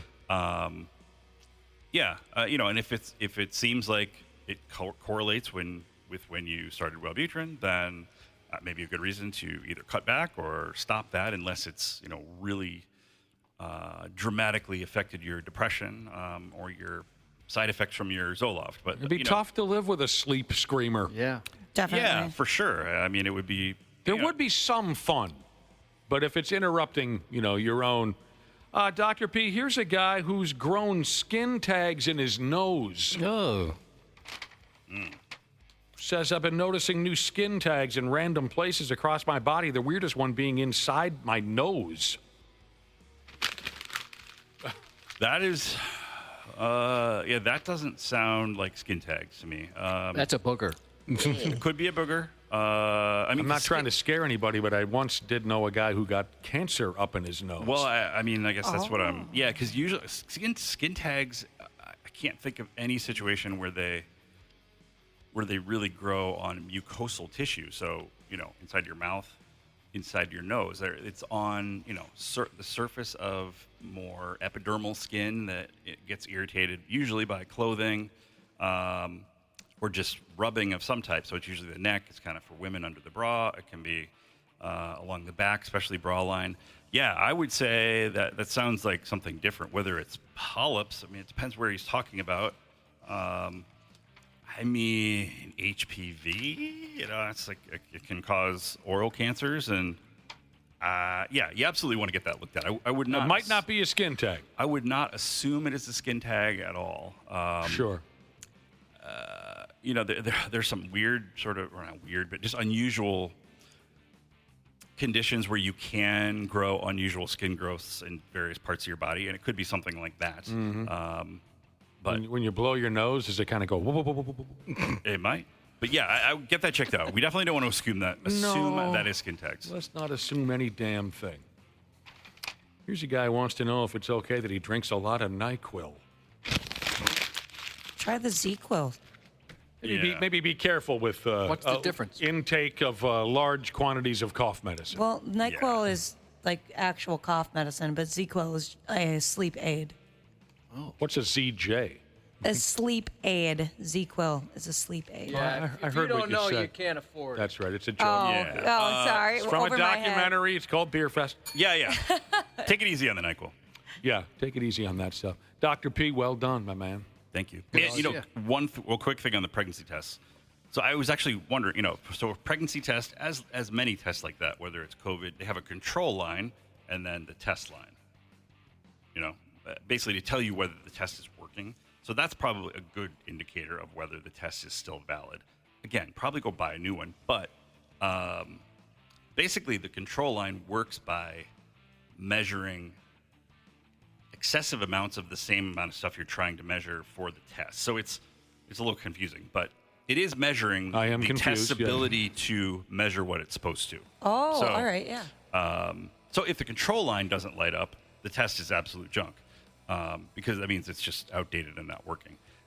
Again, if it's old, go buy a new one.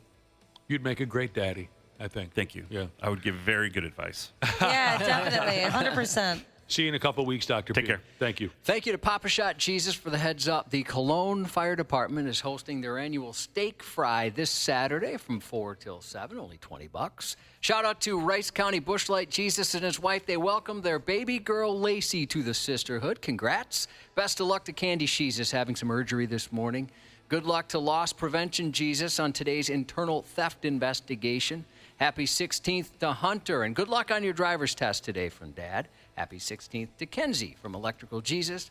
Happy 42nd birthday to Only Poops While Punched In Jesus. Have a magnificent Monday. We'd love it if you'd join us again tomorrow at no charge to you.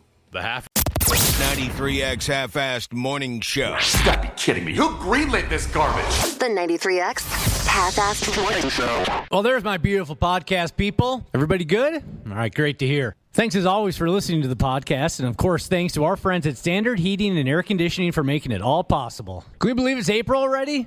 And like the old saying goes, April showers brings gross, disgusting humidity and heat in May. Beat the heat and the summer rush. Have Standard Heating and Air Conditioning out to work on that AC soon. April is the best month to get your air conditioning wrenched on before the huge summer rush starts. So get on that today. Go to standardheating.com and schedule that AC tune-up. Thanks for listening. We love you podcasters. Enjoy the show.